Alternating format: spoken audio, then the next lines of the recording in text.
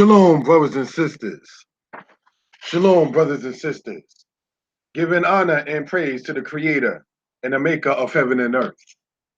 My name is Yeshaya Yisrael of the tribe of Dan of the nation of Israel. This particular teaching, the Egypt Matter Yisrael Yashub, Part 2. Brothers and sisters, we will cover several topics in this particular presentation. And in the beginning of each particular topic, you understand, it will be addressed and spoken on. All right?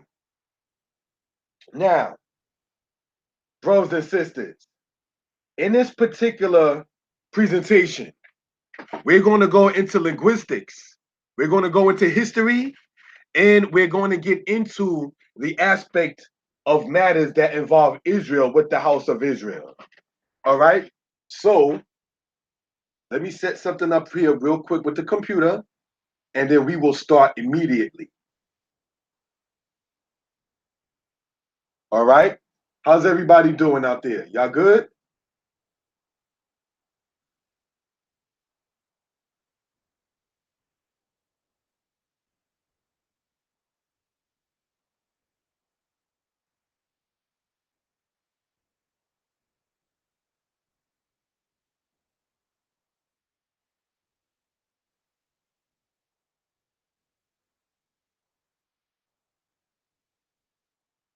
Giving honor and praise unto Yah, the Creator and the Maker of heaven and earth. To all the people in the room, shalom.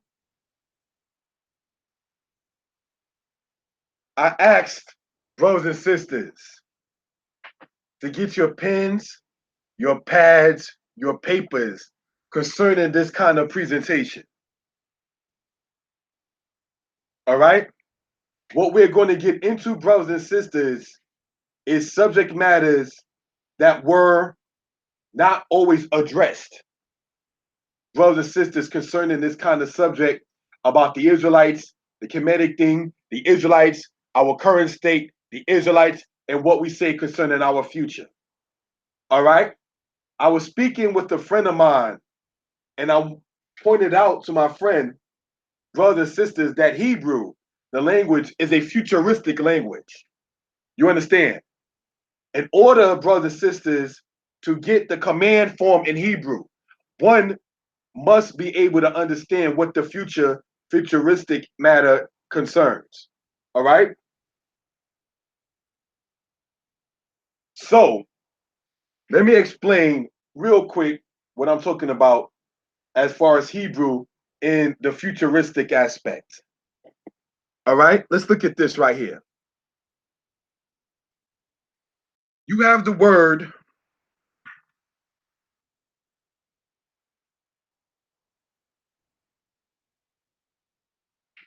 tame. Now, that word right there, brothers and sisters, means give. All right? That's what that word means. Right? Now, that's the command form, as we went over in the Hebrew class this past weekend. The future tense of this, brothers and sisters, is, for instance, titain means you will give.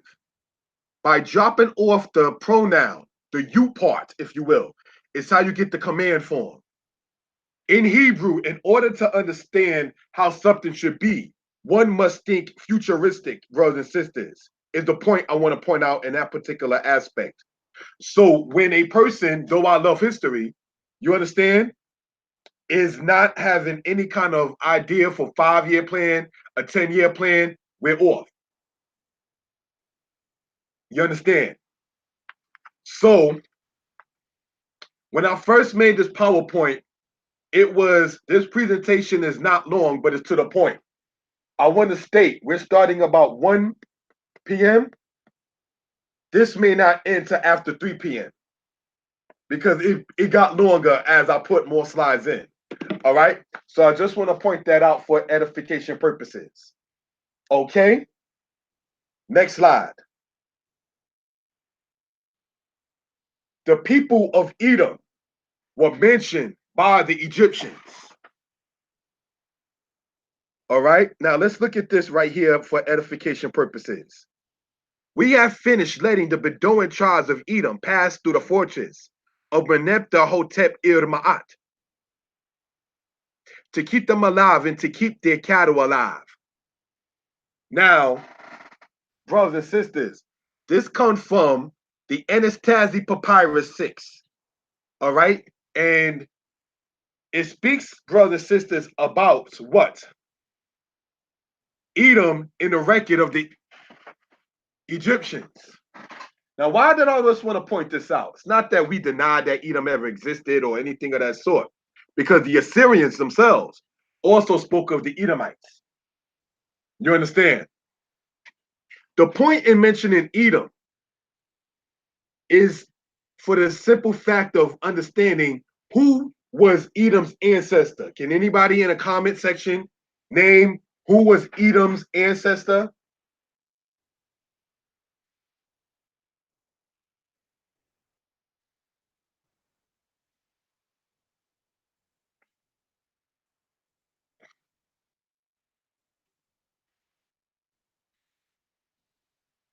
Who was Edom's ancestor? Anybody, brothers and sisters?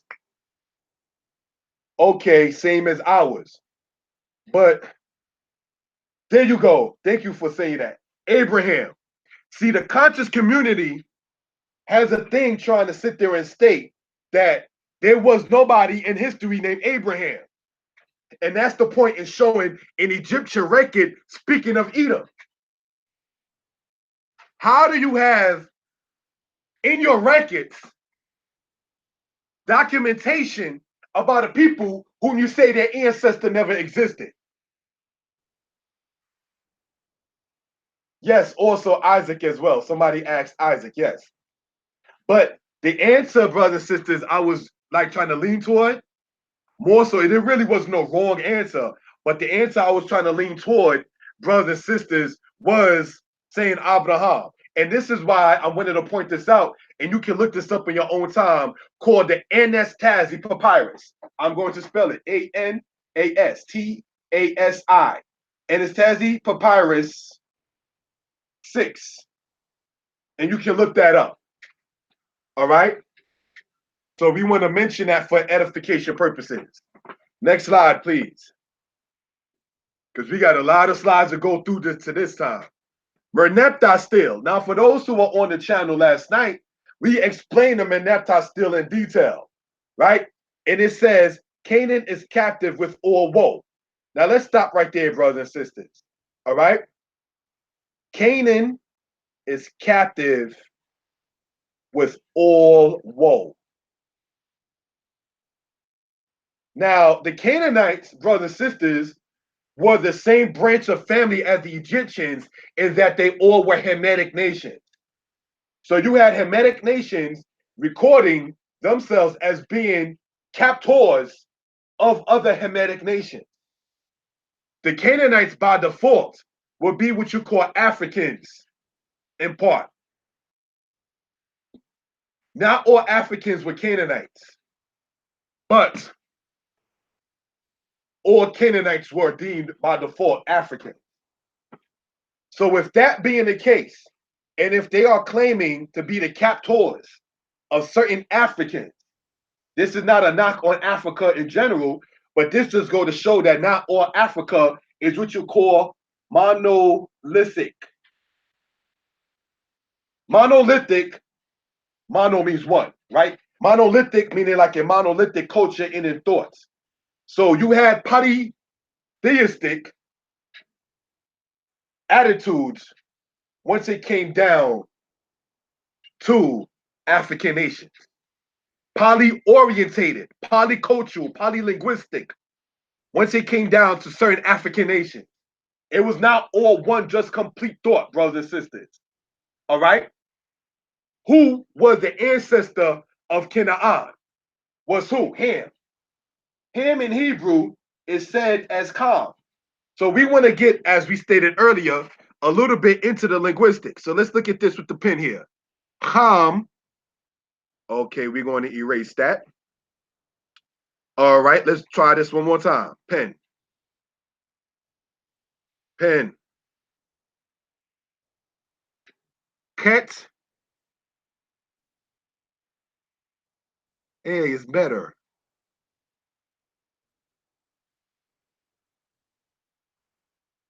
Calm.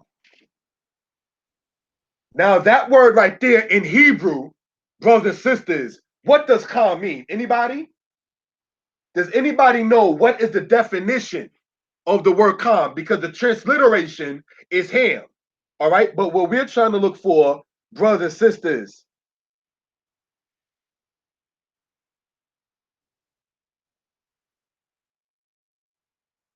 is to get into the aspect of what is the definition. Thank you, my brother. Hot. The word calm means hot. So now let's look at this, brothers and sisters, for edification purposes. All right.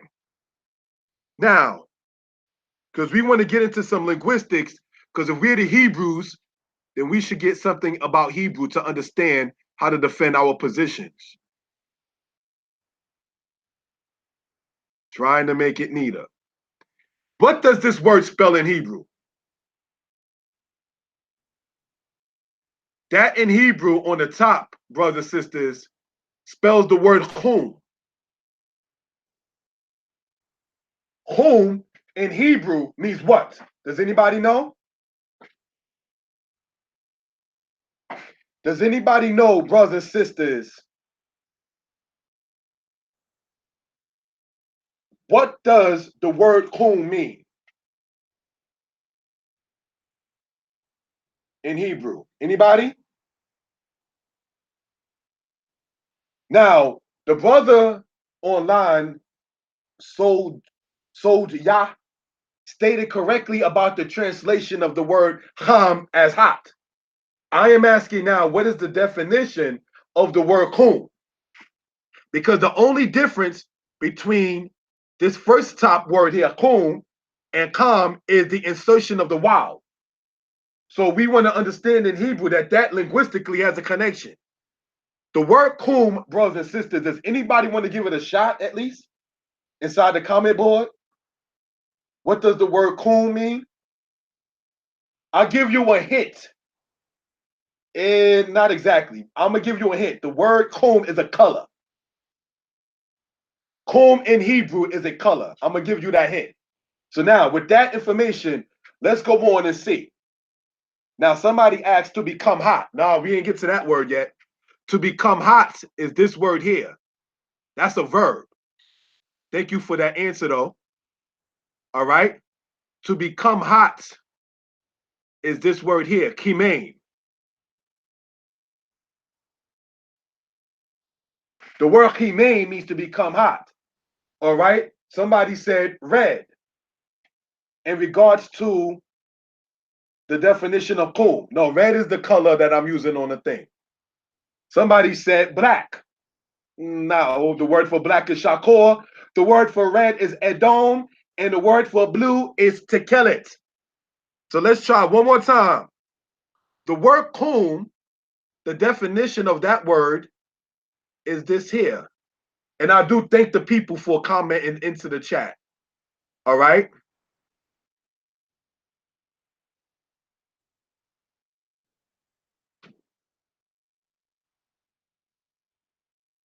Brown. Now do you get the connection? Kam means hot. The word kum in color means brown. The word kimain, all right, I want to make that look more so like a mem, if we will. All right. The word kimain, brothers and sisters, as a verb in this particular case, means what? To heat or to warm up. So when you heat something up, it becomes brown, brothers and sisters. Do you see the connection in that? So now when they say, well, I only read about ham in the Bible. But that's because you only read in the Bible. If you read Hebrew, you would understand how the word kum, chimaim, calm, is connected to the word kemet. Do you see where we're going? The k and m sound, the k and m sound. This is what we're getting into for understanding purposes in linguistics. That's the difference between teaching and debating. Because see, in a debate, you would say, oh, all I see is that. But when you're about learning, studying, sharing information and learning and teaching, you can then get into this kind of subject matter. You're not on a set time limit like in a debate. Ding, ding, ding, your time's up. Oh, I meant to say that. See, that's the difference between teaching and debating. So now, brothers and sisters, the word kemet inside of the ancient Egyptian way is truly pronounced as kemet. For those who are really into the aspect of it. Kemet with the T, brothers and sisters, is the English transliteration of the Egyptian word kemet. For those who are studied into that particular aspect. The word kemet, understood commonly as kemet, all right, means what? Black land. And they called it black land because of what came up from the Nile when it was having the alluvial deposits. It's not because the people of the land were quote unquote melanated or were black, which they were of color. Yes, the ancient Egyptians were not white. We already went over that several times. So that's something we want to point out for edification purposes. So when they tell you, oh, all they see is him mentioned in the Bible and they don't see it nowhere else, is because you're not looking to get into the linguistics. Because, brothers and sisters, this particular letter we're seeing right here has a strong h sound, as opposed to this letter here, the letter hey, that has an h sound.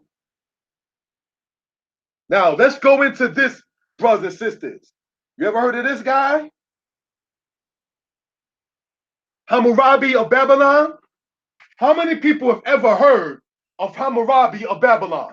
That's my question. I have. Have you?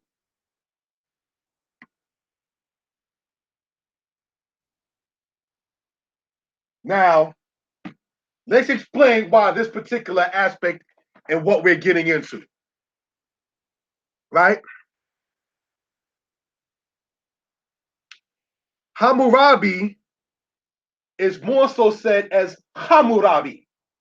So now when you look at Rabbi, brothers and sisters, what's the difference between Rabbi and Rabbi? Nothing.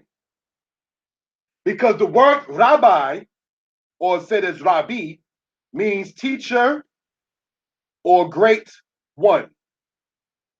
When you read in the Bible about the Assyrians, about Rab Shakwe and Rab Saris in the book of Kings, in the Bible, in the scriptures, the word Rab means great or mighty. So Rabbi means great one, my teacher, as well as mighty one. So Hammurabi means him, the great. So now, when they set up the Babylonian kingdom, who were Hamitic nations themselves, they would name their leaders according to the name of their fathers as Ham the Great. Hammurabi, like the law code of ancient Babylon, was named by that by calling their ancestor Ham the Great.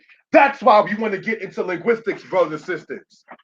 So when we talk about us being the Hebrews, and we talk about Joseph in the Bible being multilingual, if you do, for instance, deal with the book of Joshua, all Israelites don't deal with Joshua, okay, understood. But for those Israelite brothers and sisters who deal with the book of Joshua, like my mommy, may she rest in peace, not being in my feelings, she used to always quote the book of Joshua, right? According to that, the Most High sent an angel to speak to Joseph and tell him all the languages of the world before he spoke to the Pharaoh. Now, whether or not one believes that account in the book of Joshua, I will state this. Learn your language. Stop only being stuck in the English. Do you see how that connection was just made in a matter of, say, 10 minutes? From Ham, Kemet, Hamul, Rabbi, all of that within a matter of 10 or 15 minutes, we done went from Egyptian language to Assyrian language to citing about Rab Saris in the book of Kings in the Bible to sit there and get to the true definition of the word rabbi. You're not going to get that just staying in the English. That's the difference between teaching and debating. All right, let's go on, brothers and sisters, into this matter here. When you deal with what's called here, right, about the Meneptah stele, it says Canaan is captive with all woe. Ashkelon is conquered. Gezer is seized. Yanoah made non-existent. Brothers and sisters, Gezer was a city later on given by the Pharaoh to Solomon. Did you know that? That's in the book of Chronicles. The Pharaoh, who was the father-in-law to Solomon, gave the city of Gezer to Solomon. The Canaanites were still under subjugation of the Egyptians for quite a while, as pointed out in the Meneptah stele. Another part says, Yanoah made non-existent. Israel is wasted, bare of seed. We went over this Meneptah stele last night, so we're not going to spend a lot of time on it, but I just want to go into this other aspect. To the Kemetic community, as it's called, the Egypt Matter Yisrael Yashub Part 2. Yisrael Yashub means Israel will return. All right? Who are these people? Who's Canaan? Who is Ashkelon? Who is Yanoah? If it was made non-existent, was it only temporarily? And then who is these people here referred to as Israel inside the Meneptah stele? See, the so-called conscious community, right? They made their mistake when they tried to sit there, right? And use Egypt as a catalyst to go against Israel. Because I swear up and down, they really swear that we don't read. I've been in a college as a teacher. I've been in a college as a student. Brothers and sisters, I've worked, not to be all into my business online. I've worked at buildings by Wall Street and downtown Manhattan. I've worked and currently actually still do work in what is referred to as corporate America. I wear suits and ties from Monday to Friday. You understand? And with all of that, giving thanks to the Creator, having no criminal record, giving thanks to the Creator, being as, quote, drug and disease free, giving thanks to the Creator, brothers and sisters, though I'm not with the mother of my child, we do have a very good rapport. And with all of that, you're still deemed, excuse me, a nigger in corporate America. When I have a book out and I'm reading where I work at, everything's okay? Hey, what you reading there? Don't worry about what I'm reading. I'm getting a PowerPoint together on my break time to go and teach the children of Israel and to share information. Don't worry about what I'm reading. Did I ask you to contribute to the book money? No. Did I ask you to sit there and recommend a book? No. Did we ever talk about books? No. So when you see me minding my business, white man, don't ask me what I'm reading because your sentence is incomplete. Your sentence is, what is that N-word reading? That's what you're saying without saying it. You understand? Israel is mentioned by the Egyptians. We want to pay attention to the fact that Merneptah, like his father Ramses II, put his name on others' monuments. Thus, some say the stele is that of Amenhotep III of Dynasty 18. We're going to talk about Dynasty 18. Regardless to that, the Israelites are mentioned by Egyptians, as we can see. Next slide. The Middle Kingdom matter. Now, this is before Dynasty 18. All right?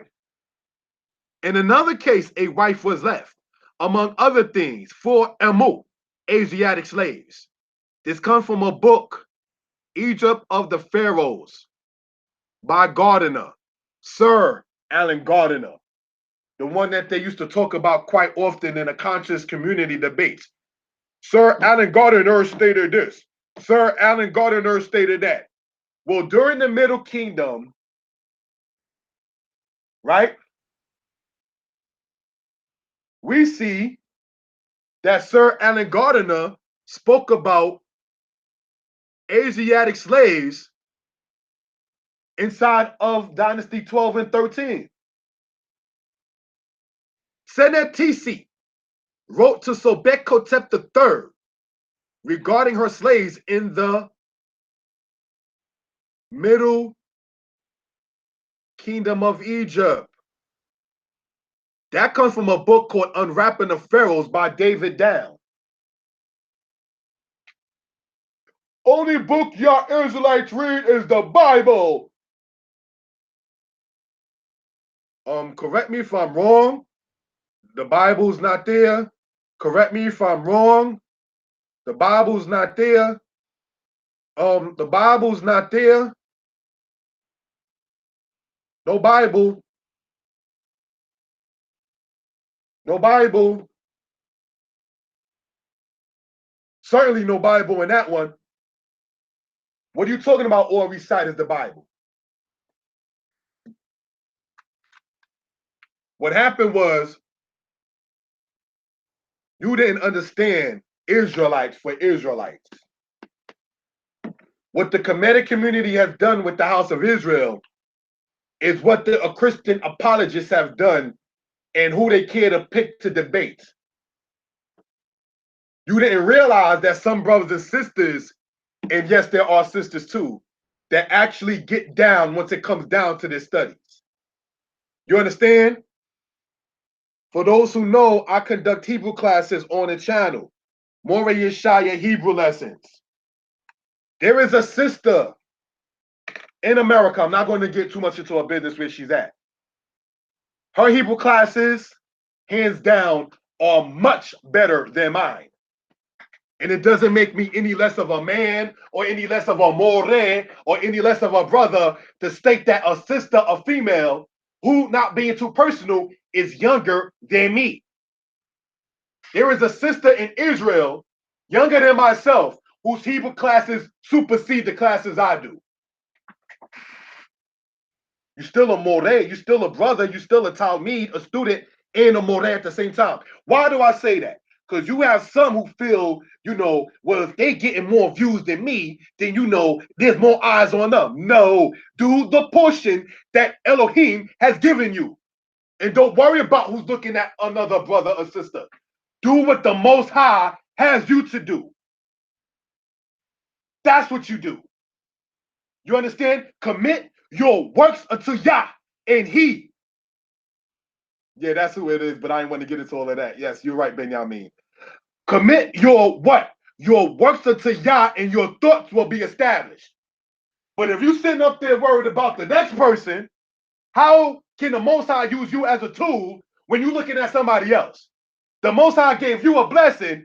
Instead of you understanding your blessing, you sitting up there side hating on somebody else.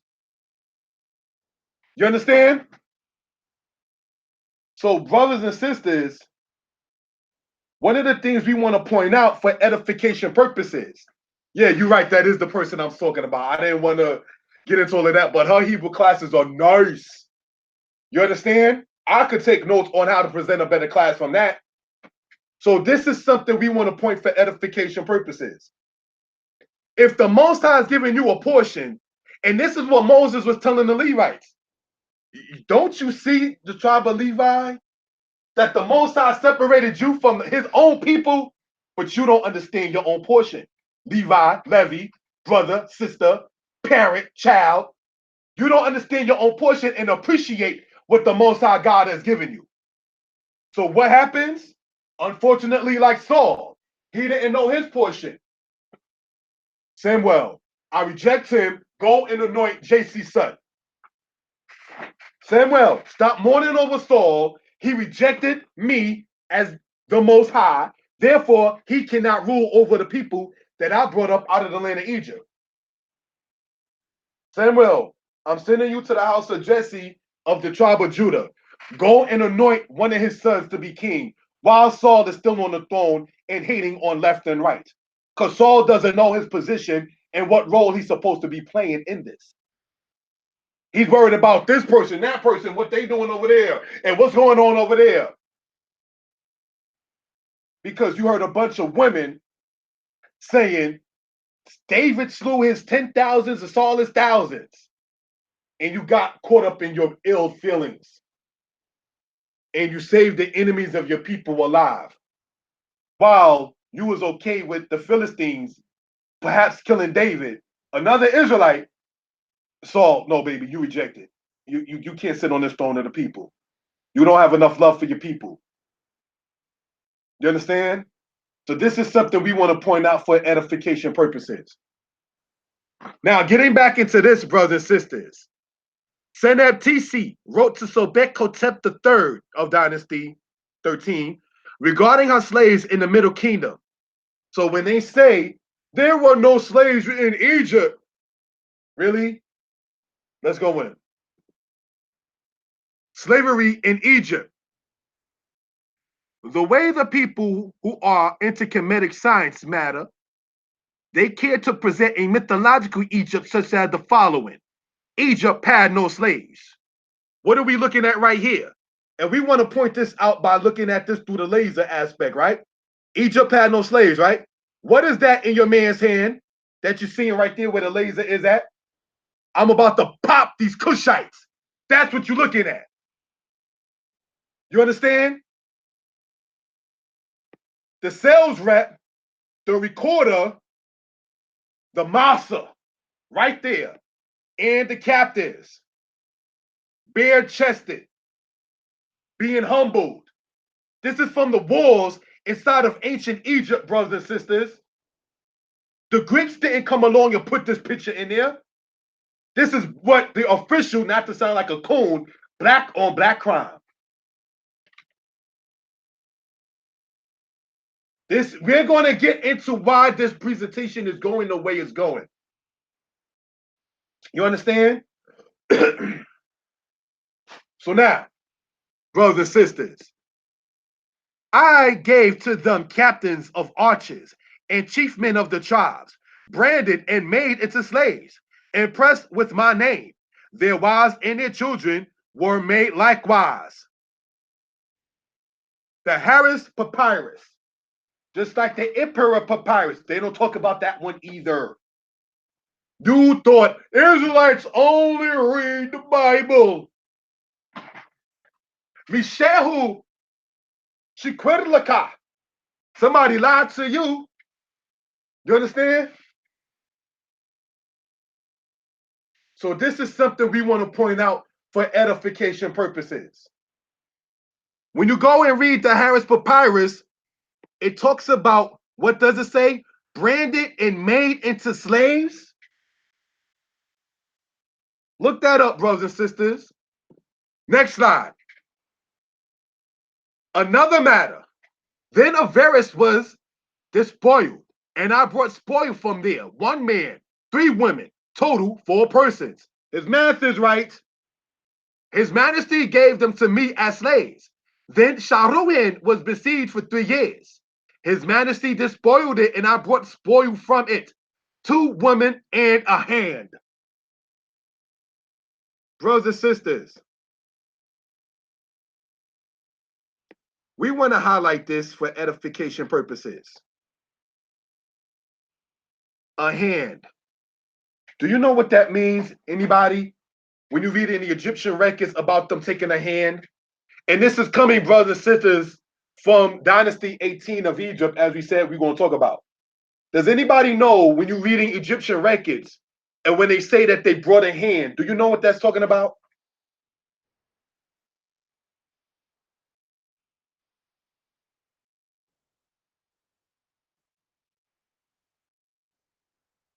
Does anybody know what that means when it says they brought a hand?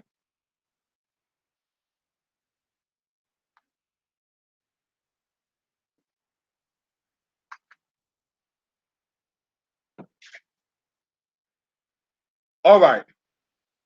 When it says they brought a hand, and I hate to have to use our people as an example, it's no different when the Bloods and the Crips use what they call somebody else's flag. In Los Angeles, they take the bandanas of those who were slain and they put it on their car antennas. In New York, brothers and sisters, when you go around and you see the telephone wires with sneakers on them, the sneakers on the telephone wires represent that somebody was killed in that area. So when inside of Egyptian culture now, when they talk about bringing a hand, that means that they slew their enemies and they cut the right hand off as an example, as a way to saying, this is what I brought to show that I slain somebody. You understand? So this is what we want to point out. As far as it says, His Majesty despoiled it, and I brought spoil from it, 2 women in a hand. That hand represents that they slew somebody in battle. That's what that's talking about. All right? So there goes your beautiful Egyptians memorializing taking other people as captives. So we want to sit there and smash the concept of ancient Egypt was so great and show why our current oppressors love going to talk about the pyramid of Giza.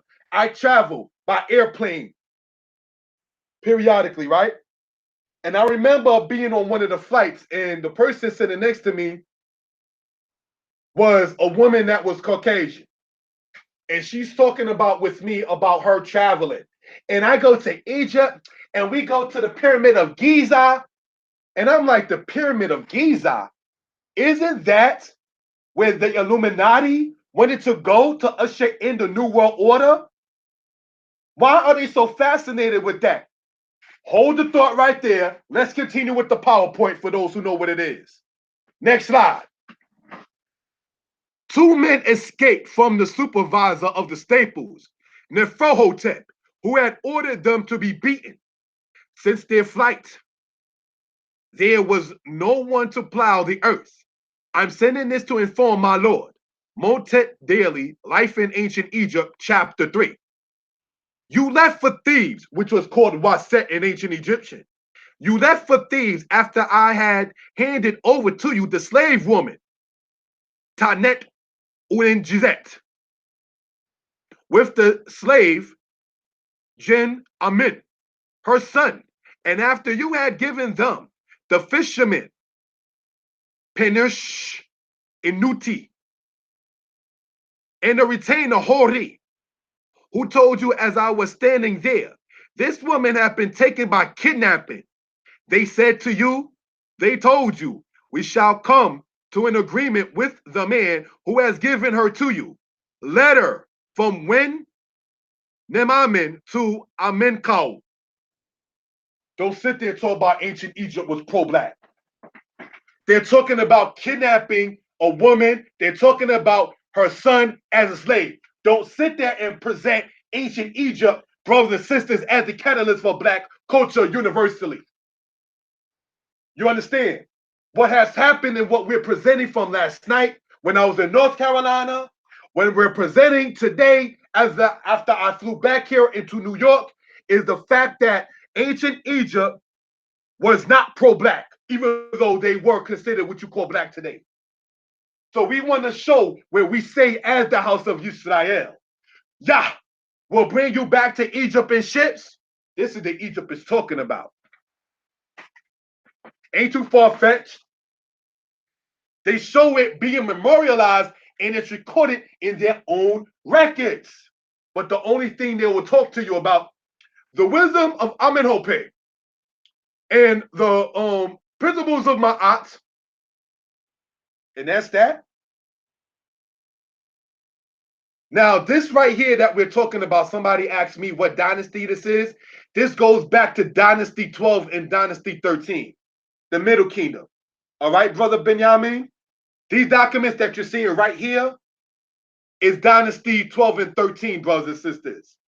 All right, so let's go into the next slide. No way is the Torah from Egypt. Deuteronomy chapter 29, verse 16.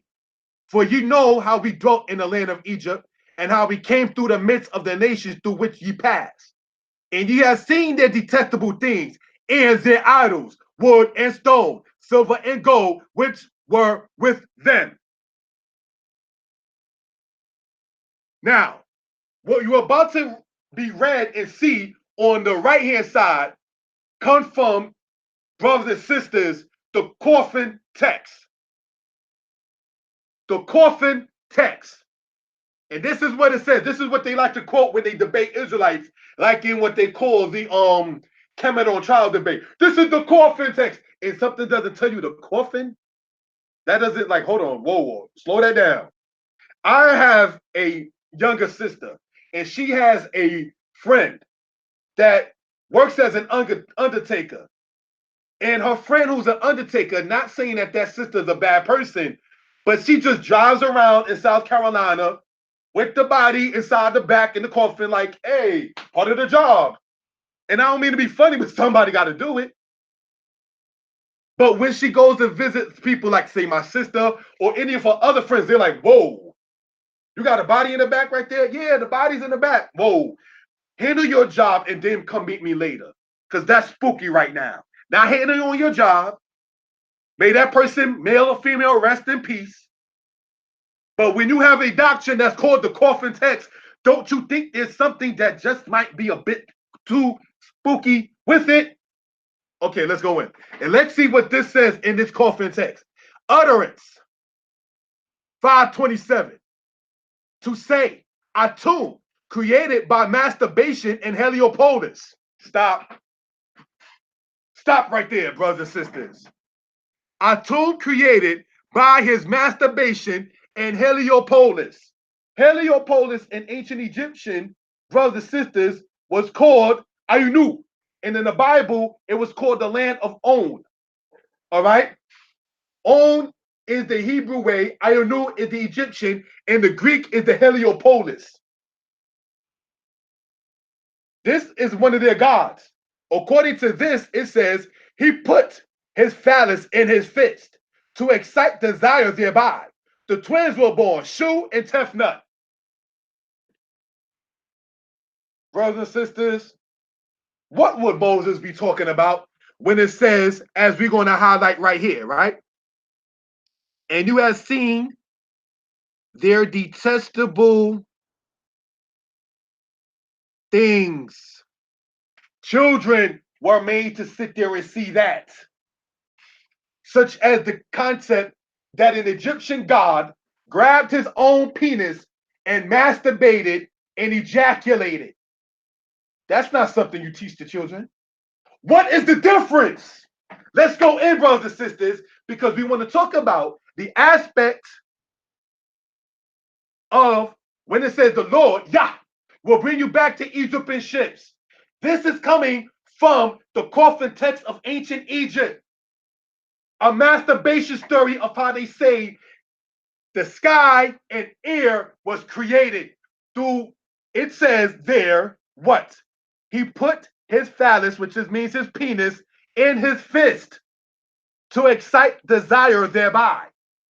That means that they already had a concept of what masturbation was and how supposedly one can be excited by doing so. That's not a Hebrew concept. The Hebrews didn't teach that the world was created, that air and the sky was created by one in the heavens. I don't even want to mention the holy name in that regard. Grabbing on a member of his own self and thereby becoming quote unquote excited. Brothers and sisters, no way is the Torah from Egypt. Do you understand that? Are there any questions about this kind of concept before I drop the doozy in this particular regard? Because I'm about to drop something on you.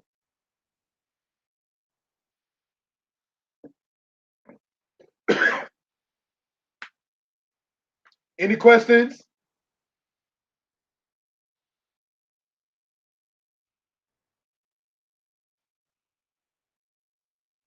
Let's look at this right here. What is the difference between teaching that to children, as was done in ancient Egypt in their stories, and America telling children inside of school that a man laid on top of a woman and out came seminal fluid and a baby came 9 months later? In the 3rd and 4th grade, they want to teach children about sexuality. What is the difference between the way the schools in the United States are trying to get into that subject and what the ancient Egyptians were into teaching their children? There's no difference. They're trying to sit there and have it to where you have brothers and sisters, sexual orientated teaching in the school for children.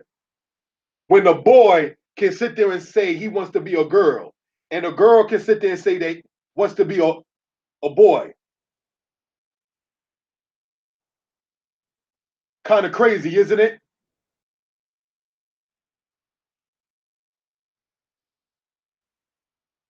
Brothers and sisters, next slide.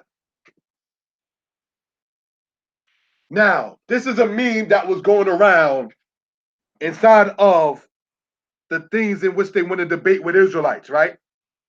Now, what you're seeing here, he stretches out the north over the empty place and hangeth the earth upon nothing.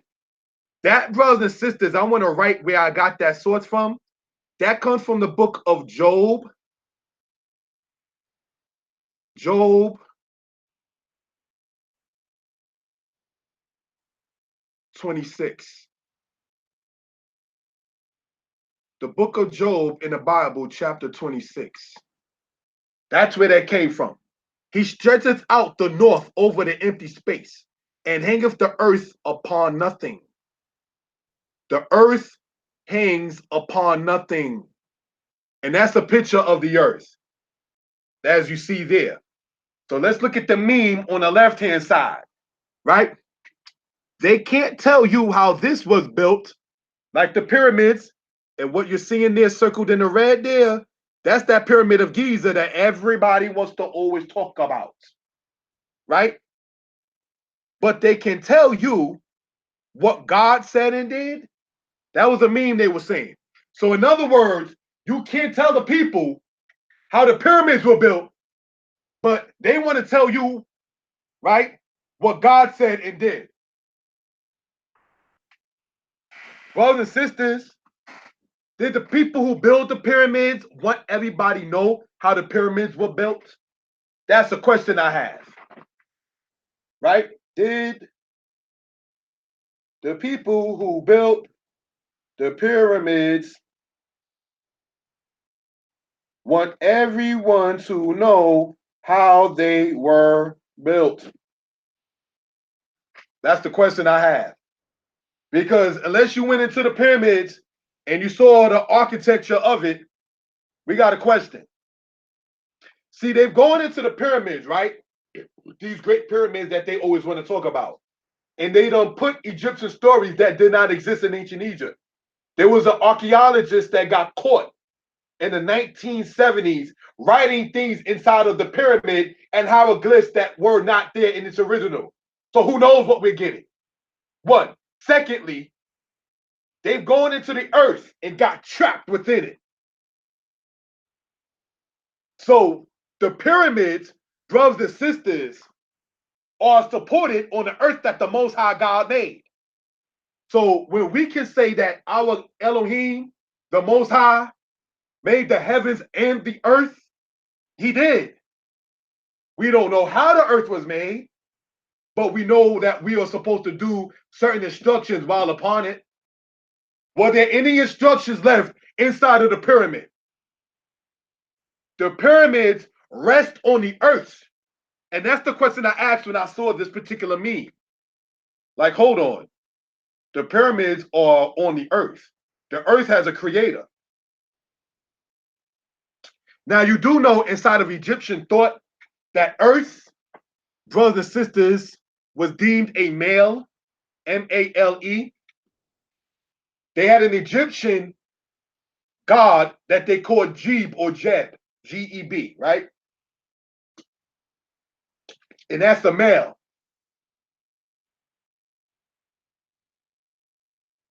Brothers and sisters, in Hebrew thought, the earth, being that you put seed inside of earth, is feminine. Again, a difference between the ideologies and the cultures between the two. As we pointed out, the ancient Egyptians viewed earth as a male. You understand? The ancient Israelites viewed earth as a female because they know in vegetation you put seed in it. You don't put seed in a male, you sodomite. And we're going to talk about that too in that culture.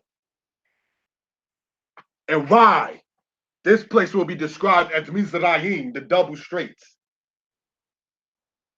Now, for everybody's comfort, I'll put in the next slide you see here both pictures of how they say earth look. Now, I'm not going to go back and forth. Earth is round, earth is a sphere, earth is flat. So what I did was I showed the round earth in the picture and I showed the flat earth in the picture. So everybody can be happy and there'll be more teaching and less debating. You understand? And I put the same meme there with the same quote from the book of Job, that the earth hangeth upon nothing.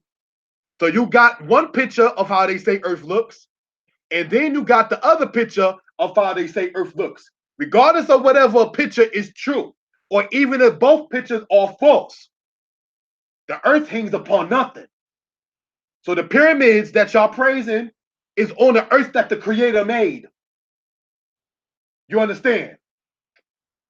So let's look at this, brothers and sisters, all right, with the aspect of the laser, pardon me.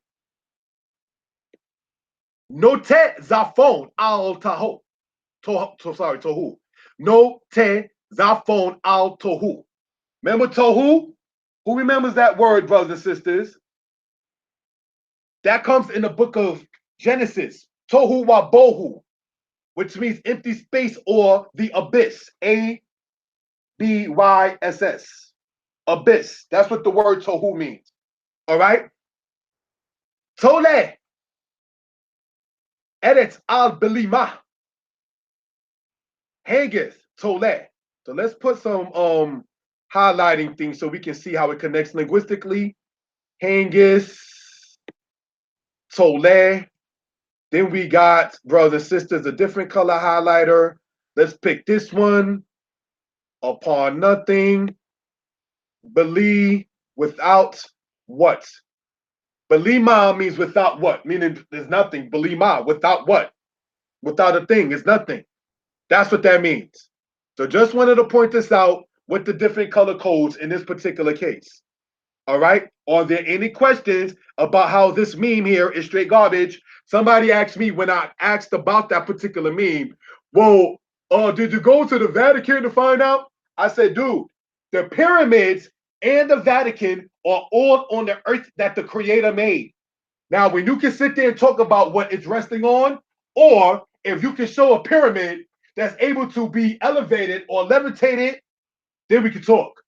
Because whether you say the earth is the correct picture you see there, or if you say earth is the correct picture we see right here, it's still hanging on nothing.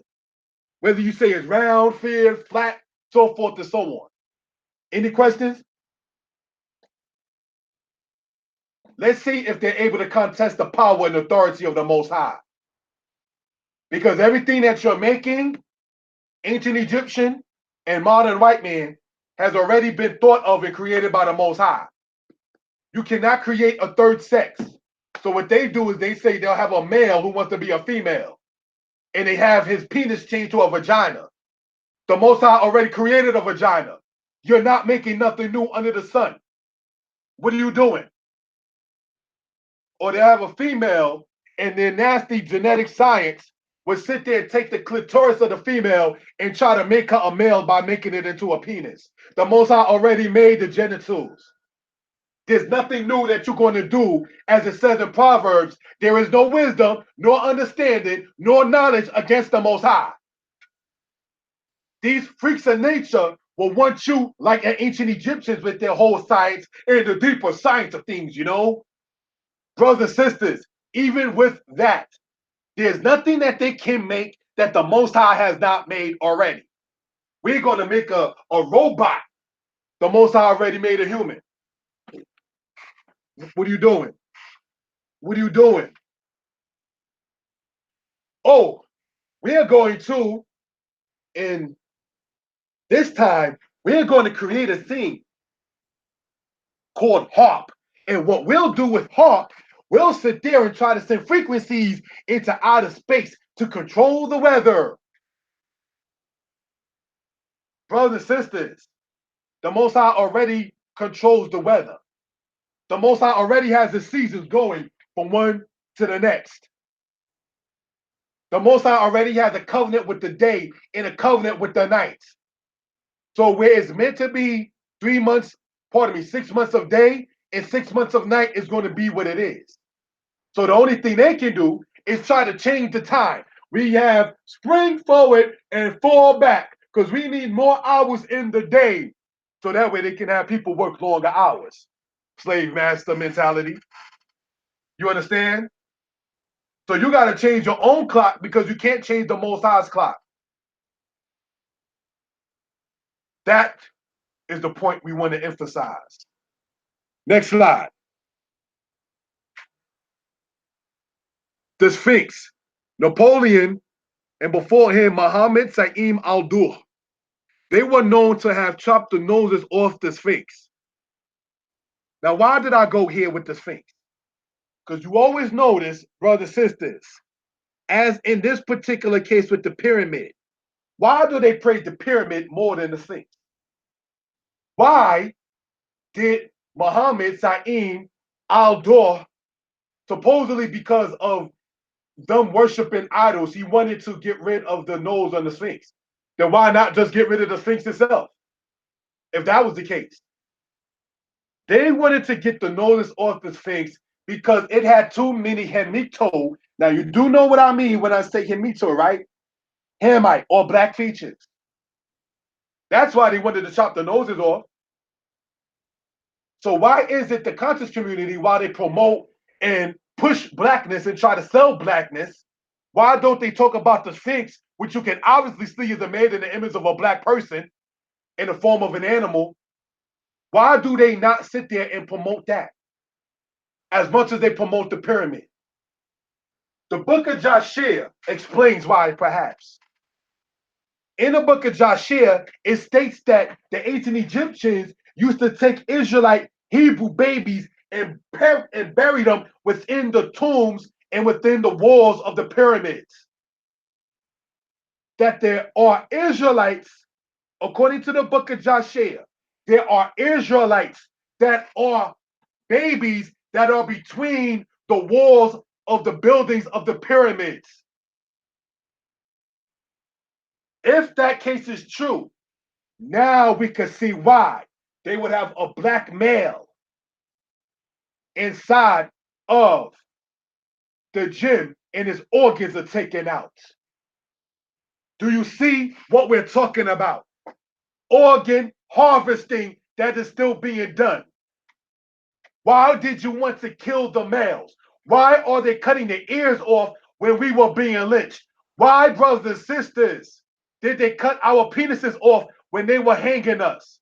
And for the sickness, why did they cut in slavery the black woman's vagina and hang it around their forehead as an ornament? The white man did that.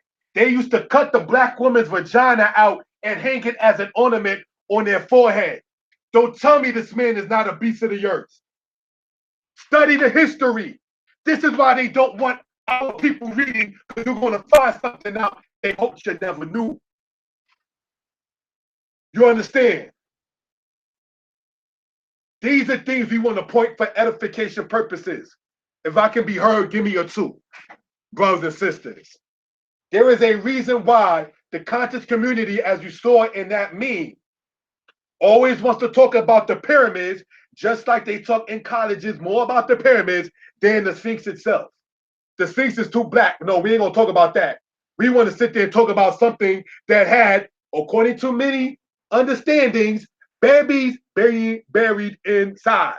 And if that wasn't enough, which it is, they are praising the dead black men of ancient Egypt. And I'm not hating on Egypt when I talk about this. My father and my grandfather are deceased. Don't dig up the grave of that man or the other one. Don't do that. You understand? If there's anybody who lost their dad, and I would have asked you, show evidence of your father, we're going to go and exhume the tomb. That's a sickness. I remember an Israelite lady that apparently wasn't feeling Israel or whatever, so she went the Kemet way, right? And I asked her about the tomb raiding. And this is when I knew to work this here. I said, would you be okay if somebody were to dig up your grandparents' grave? Well, if they want to use it for, okay, I'm done. And I'm not making this up. That's my word to the creator. The person was okay with saying that she is all right if somebody were to dig up her ancestors, like grandparents and so forth. That's when I knew it came time to deal with Proverbs 14, verse 7. And here's what it says in this particular regard. We are in Proverbs 14, verse 7. Go from the presence of a foolish man, when thou perceivest not in him the lips of knowledge. By the fact that you said that you was okay with somebody digging up the grave of your grandparents, sister, it's time to go and end the conversation.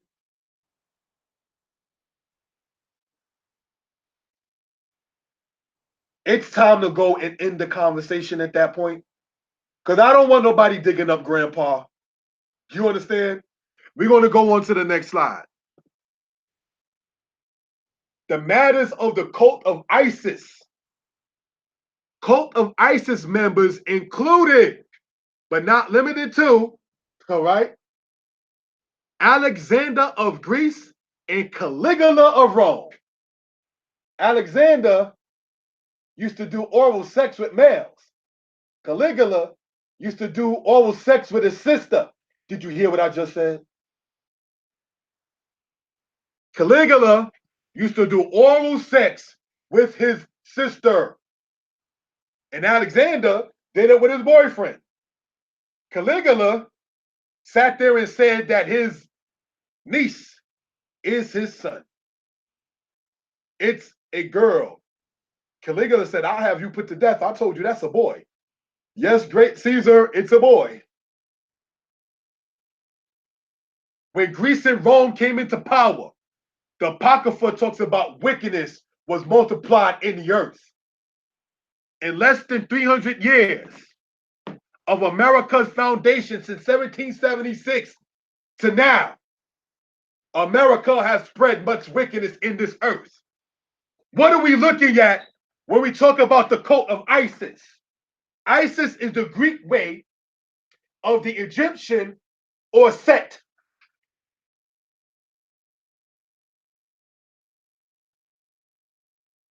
Or Set, in Egyptian understanding, was the mother of Horus. Horus was called Heru in the ancient Egyptian. The eye on a $1 bill represents what they call the all-seeing eye of Horus of ancient Egypt. Why do you think, as we pointed out here, brothers and sisters, they praise the pyramids? Who else praises the pyramids? And what is the science behind the praising of the pyramids? Let's see what we're talking about and where we're getting into this. All right. Alexander of Greece, he had what they call the cult of Isis, and in Rome, Caligula had it. So what tenets did this expose, brothers and sisters? Right? Look at this pyramid here.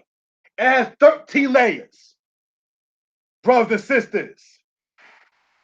The 13 layers said, I've heard two different breakdowns. One being the 13 colonies, the other being Jesus Christ and the 12 disciples.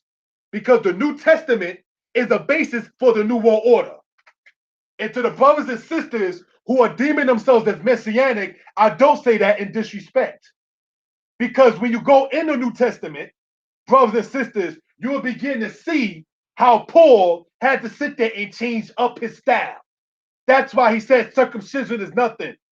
Whereas in the Hebrew understanding, Moses, the great prophet, was about to get killed for not circumcising his son. So how do you get a New Testament that's telling you that circumcision means nothing? That doesn't work in the house of Israel. You understand? So now let's look at this right here. You have, and we want to highlight this part, MDD, CC, LXX, VI. That equals what? 1776. May 1st, 1776 is the day that the guy Adam Weishaupt brought from Germany to America what is understood as the Illuminati. So when you find people saying that the quote conscious community has been infiltrated by the Illuminati and by the elite, yeah. So on Facebook, when they got the Kemet debate, the Hebrews, and they sent me a request talking about, do you like to debate?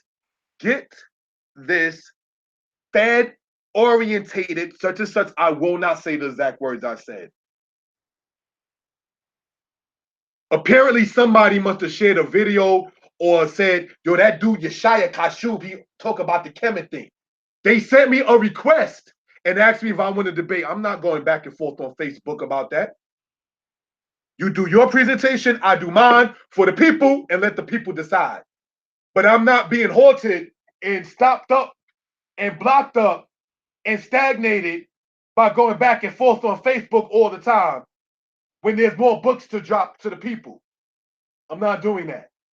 I missed a job opportunity. Not that I dislike my job, I do like it, but I missed a job opportunity, brothers and sisters, by doing that. I got a message about my resume being accepted, but because I didn't check my email in X amount of time debating all day on Facebook, day in and day out, the job went elsewhere. See, that's the difference between teaching and debating. There will be a time when this video will end, and we'll take what we can from it and move on with our lives with the information. But a debate mindset is going to want to call you back and call you back and call you back. That's the difference. Now, let's look at this, what we're talking about here.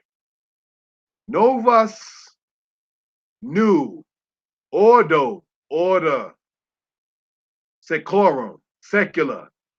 A new order that's secular. Secular than what? Secular than the Most High. That's what it is. The Great Seal. And of course, we're going to talk about, all right, the words on top. Annuit coeptus. The Latin words meaning our project has been crowned. What was your project? The new order of the world and the layers of the pyramid that the conscious community to this day praises. While they have the eye there, which symbolizes like the eye of Ra inside of ancient Egypt,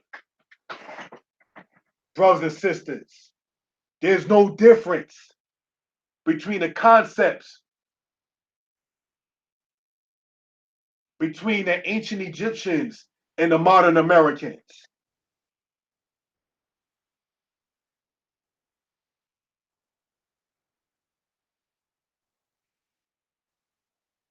So, brothers and sisters, when they start talking about their chakra beads, when they start talking about their quote unquote equilibrium, when they start talking about they can levitate, when they start talking about, as that guy was debating with the Israelites in the street, go over there and get a test, get a DNA test. When these mystery people just pop up out of nowhere, talking about, I want to be the person to critique and peer review your book. I don't know you like that for me to trust you as a peer reviewer. I'm not even entertaining that. It's not even worth my time. You understand? Let's go on to the next slide. Hapi of Egypt and Baphomet, androgynous. Androgynous meaning what? Able to be both male and female. Ancient Egypt was into that with their god Hapi. What are you talking about? The Torah come out of Kemet? No, it doesn't. This is the Nile god of Egypt with, and we want to circle this, not trying to be too crass, but we want to circle. We got one breast and two. Hapi. And there we see, we're going to circle this in blue. And in blue, we see the circle beard, representing the male principle. But yet you got two female breasts. And that was known inside of ancient Egypt. So, brothers and sisters, when we go back and we see, what do we see? All right? And I want to go back here for a reason. What are we talking about? They're detestable things. Shikuzehem. Shikuzehem is how you say that. They're detestable things from the Hebrew word shekwetz, which means a detestable thing. Like the same way shrimp is described in Leviticus 11. A detestable thing. That is a detestable thing we see here. This is called, if we write it in ancient Hebrew, see, I ain't got to be too careful with the penmanship with that. Shekwetz, detestable thing. She.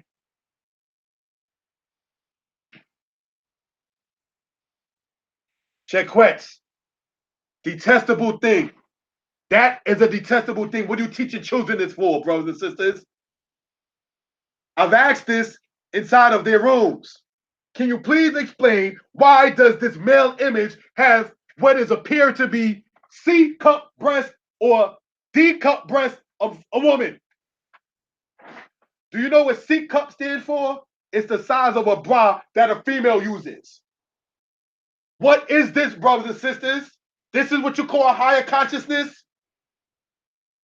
This is wickedness that they're showing to the people. What is the difference between the ancient Egyptian god Hapi and the Baphomet that also is shown as androgynous with the beard and with female breasts? What's the difference, brothers and sisters, between that? These are things that we want to talk about. See, this I wouldn't go, because I was going to do this teaching instead of the Hebrew class yesterday, but I was like, nah, yesterday was the Shabbat, and I didn't want to get too far out there. You understand? But I just want to point this out. So you got the breast there in the Baphomet, and then you got the breast there in this. Which one was the original? Which one copied the other, Kemet? Did Kemet copy from the Druid priest? Or was, as we pointed out earlier, the cult of Isis of ancient Egypt spread into Greece and Rome, and then from there to England with the Druid priests? Now, for those who don't know what I'm talking about the Druids of ancient Greece, pardon me, ancient England. right?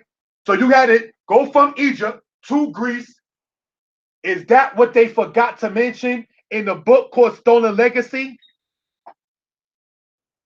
Is that what Asha Crazy is pointing out to the people that we're supposed to get into? I know a sister who said that there was a male that had hormones go crazy because of the medication he was taking. And she was working inside of a hospital, and he said either he go crazy, not taking the medication, and then he showed her his female-looking breasts. That is part of the culture of Kemet. Do you see why it called it their detestable things? Your eyes have seen not only their idols of silver and gold, but their shikwazim, their detestable things. What would Moses be talking about? Do you see why they want to say there was no evidence of Moses? Because the Torah is the only book, correct me if I'm wrong, that shows Egypt as not being the greatest. You understand?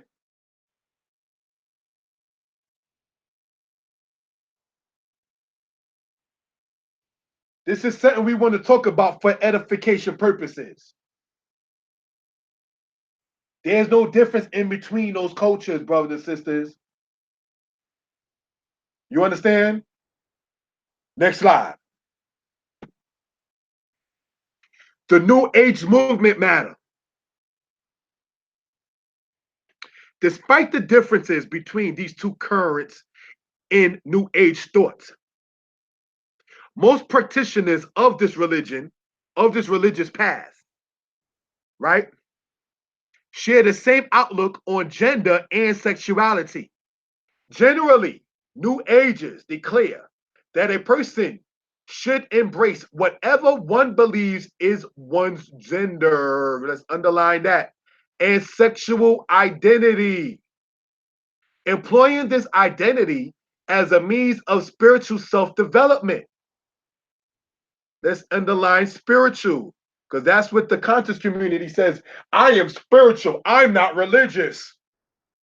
New Agers identify as homosexual, heterosexual, bisexual, transgendered, queer, gay, lesbian, I don't even know what that word is, foray, whatever that is, and bigendered. In all cases, practitioners understand their identities as a means of exploring the self and developing the self. Now, why did I underline certain words? One's gender and sexual identity and spirituality. What are you talking about? You're either born a male or a female. There is no natural androgynous person. What do you mean you both sexes? Why is the school system promoting and pushing the idea you can be a girl today and a boy tomorrow? You understand? It's sickness. The New Age movement's attitude towards sexuality and gender is characterized by an emphasis on equality and openness. This attitude encompasses an openness to a variety of sexual and gender identities, and an overall view that sexuality represents one among other many others of self-development and gaining greater spiritual awareness. Now, why did I go here, brothers and sisters? Is because of this. First, are there any questions before, as our brother pointed out, drop the gem on them like Mob D, as he said it earlier, right? Are there any questions concerning where we're going about what we're talking about? Please feel free to comment.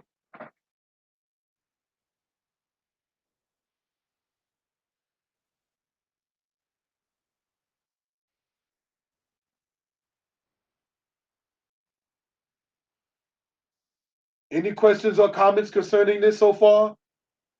All righty.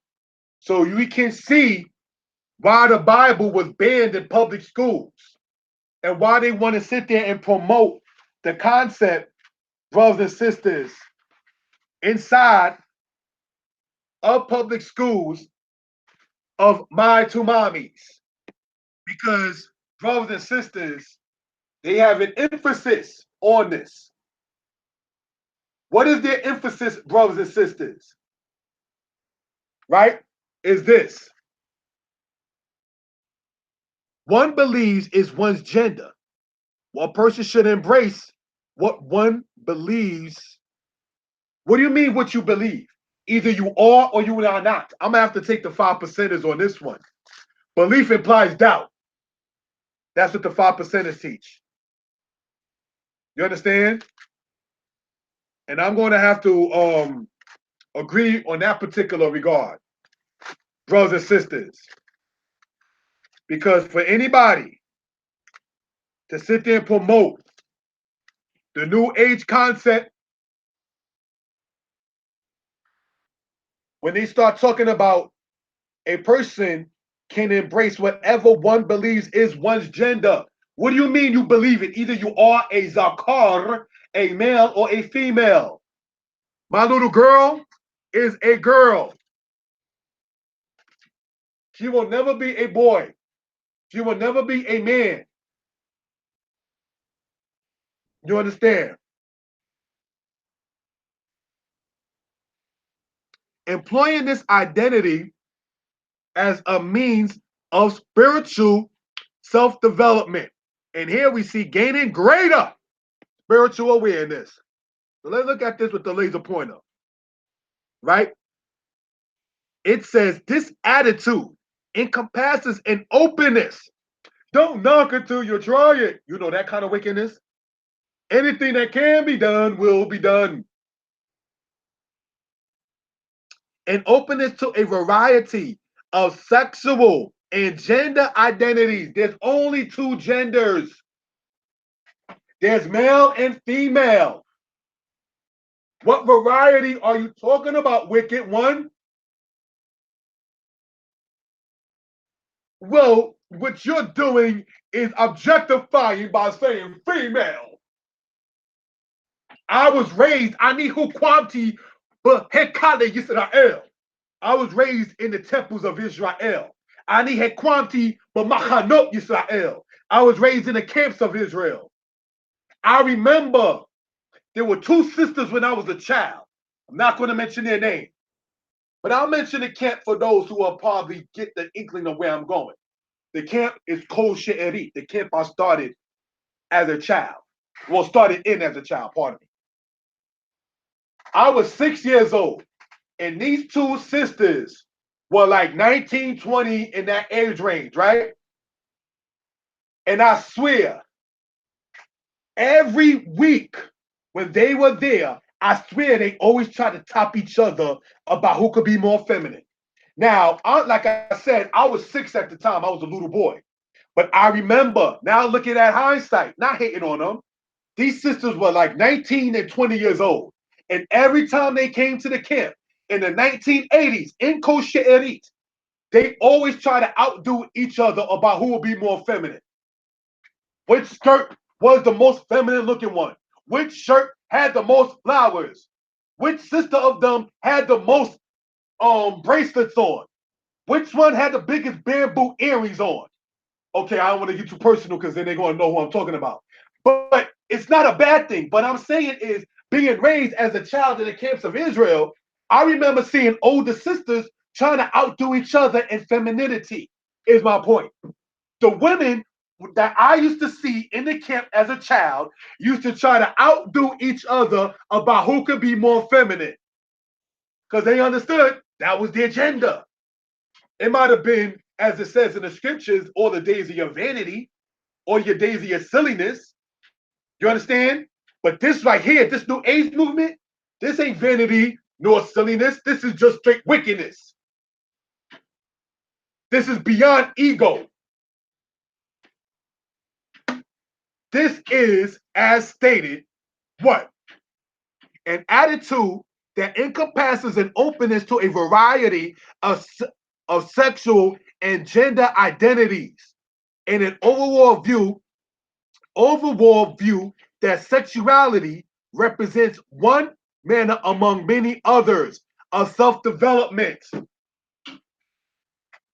When we deal with the chakras and we're in the consciousness of our ability, we can do sexual things to arouse the inner chakras. There are people who talk like that. Do you know that there was a teaching among the so-called conscious community promoting anal sex between a man and a woman?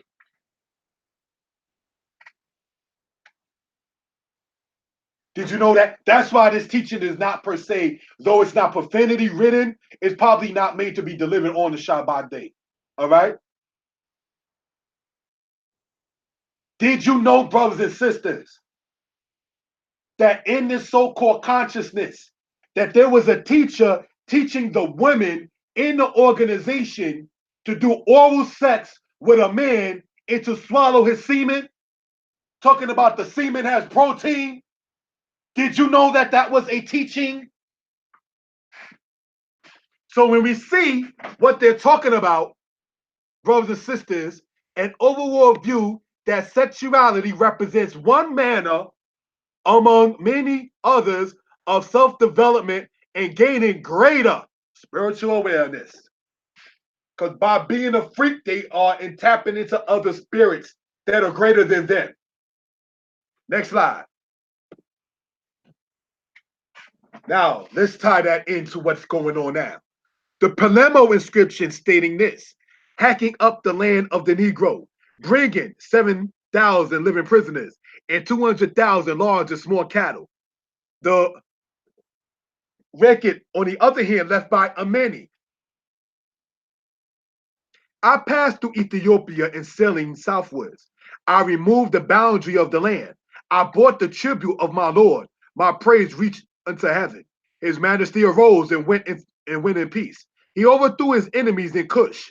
Following his majesty, I returned sharp of face and without loss of my soldiers. More aspects of them attacking blacks and memorializing it. Now, remember earlier we said we were going to talk about Dynasty 18, right? Look at that right there. What you think about that?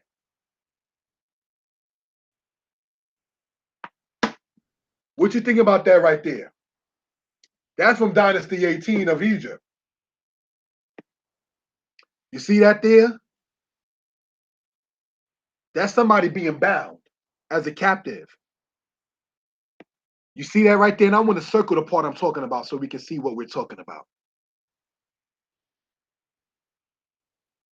And I want to highlight it in particular, if we will. No, that color ain't gonna work.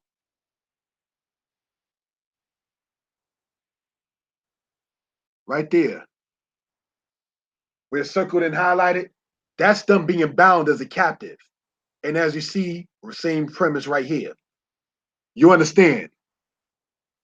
Brothers and sisters, I want to circle something else in this particular regard.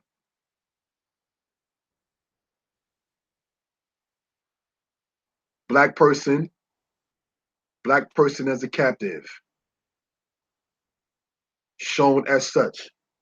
Do you know what this is? That's from the tomb of King Tut. That's another one that the Europeans praise. King Tut was this. King Tut was that. King Tut, being a black man, oppressed other black people.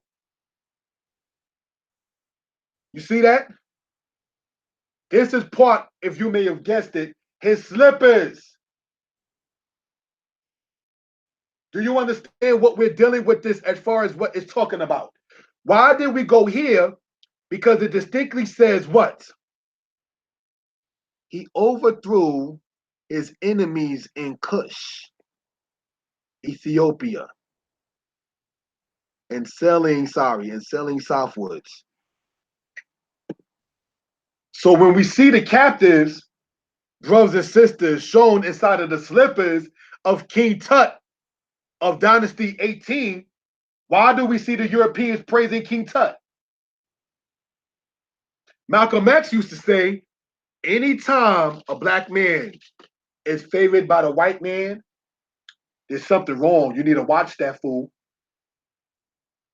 So anybody who they big up in history, in Africa or anywhere else, King Tut, Ramses the Great. You need to look and see why these colleges are promoting these guys. You need to look and see, brothers and sisters, why are they giving them so much props and love and respect? This is why. Because they show them stepping on them in their slippers. That's why. Next slide.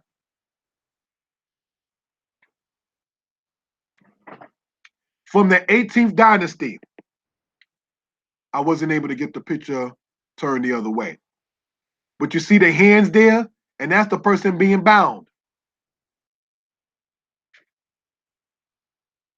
That's from the 18th dynasty of Egypt, brothers and sisters. But the conscious community will tell you, Egypt had no slaves. Egypt had no slaves. We're talking about Egypt had no slaves. They memorialized it. Are there any questions? Let's go on. Egyptian dancing in captivity in Egypt.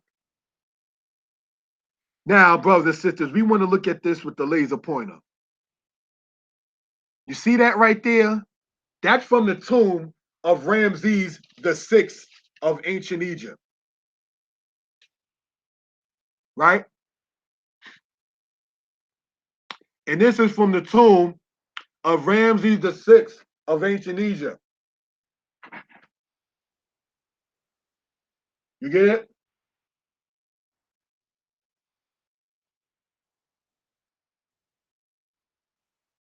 This is from the tomb showing women basically naked, clad naked, as dancers, obviously for the entertainment of men. And here we see the captives as shown here. Both of them are from the tomb of Ramses VI. So much for them loving black people.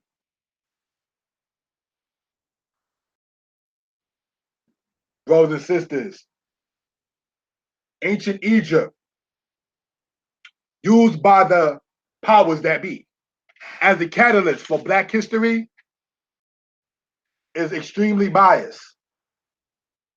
What I'm presenting is not a knock against Egypt, brothers and sisters. What I'm presenting is the fact that they give you a half biased story of Egypt, always talking about the principles of this and that. Why is it that the principles of Ma'at seem to not talk about anything of slavery? Why is it that the principles of Ma'at doesn't have a diet?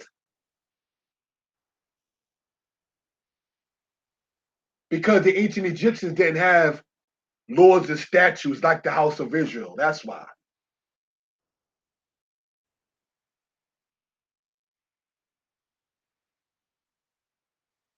Are there any questions before we continue? There's a reason why I'm asking that. Because we're about to go from one aspect to the next and show how that connection came to be. All right? For the people who just joined on, thank you for joining on. Like, share, subscribe to the channel. And we're going to continue in this particular regard. Can I get a 2 if I can be heard? There is a reason that I am asking concerning this particular subject. Can I get a 2 if I can be heard? We're going to see where we're going in this for a reason. All right?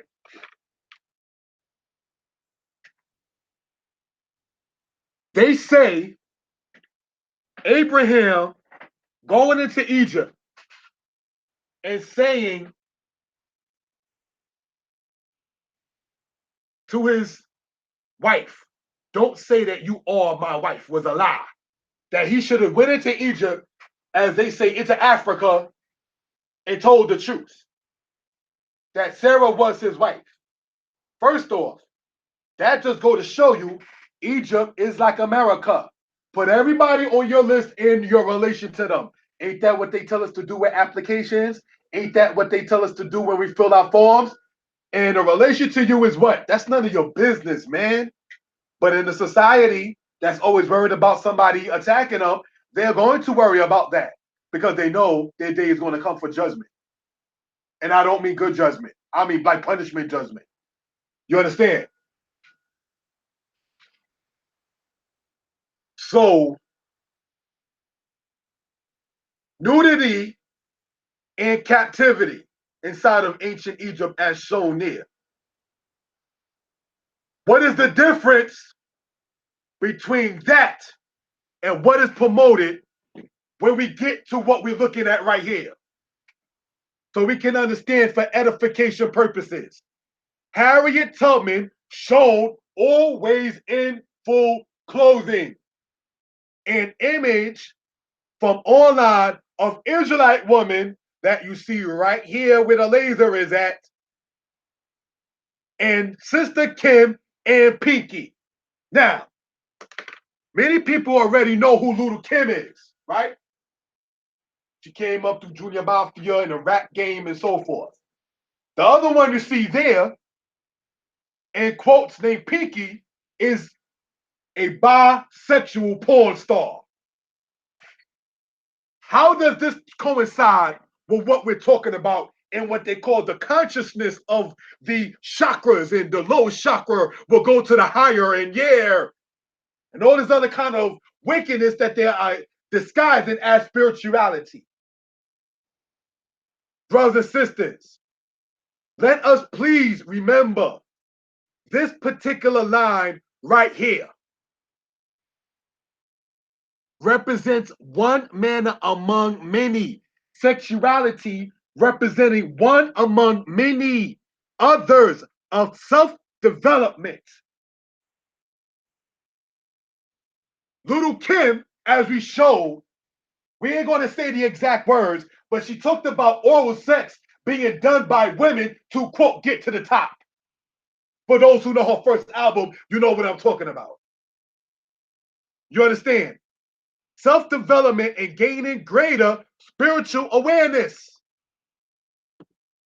So when we look at the captives that ancient Egypt memorialized, and then we see about the nudity shown in ancient Egypt with more captives that they are memorializing while the women are dancing, do you see where we're going? Now you can see how this ties into where this is at.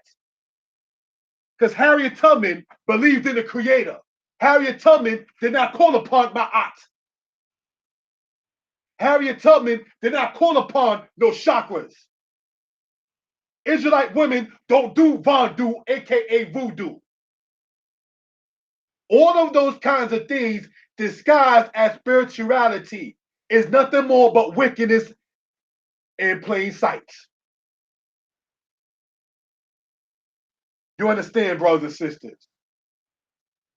Now, I'm going to have to ask, brothers and sisters,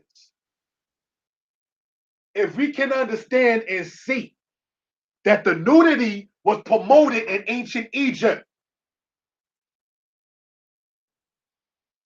You understand? And that nudity is promoted in this society. So when it says, Yah will bring you back to Egypt in ships, why do you think it's like that? Why do you think, for what it's worth, on Facebook, when there's a sister, periodically they got to say, this brother was in my inbox and he was asking me for a picture of my vagina. Sister, that Israelite brother did what? Oh my goodness, he should be disgraced. And I say this, not that Israelites are perfect. It is easier in that so-called consciousness as a man to get sex than it is from a Hebrew woman. The Hebrew women are not like the Egyptian women. When Little Kim herself came out, she came out talking gangster stuff. They had to try with Biggie and with Puffy. Puffy, you know, is part of the Boule. You know what the Boule is, right? The Boule, B-O-U-L-E, is the black version of the Illuminati. The Illuminati brothers and sisters, we went over and explained that when we went into the dollar bill symbol. You understand? You missed it? Want to see it? Here it comes. Here we go. We're going to go back to the dollar bill symbol. I told you this is going to be a longer kind of lesson. All right, so we went over the happy and the here we go. The Illuminati symbol right here.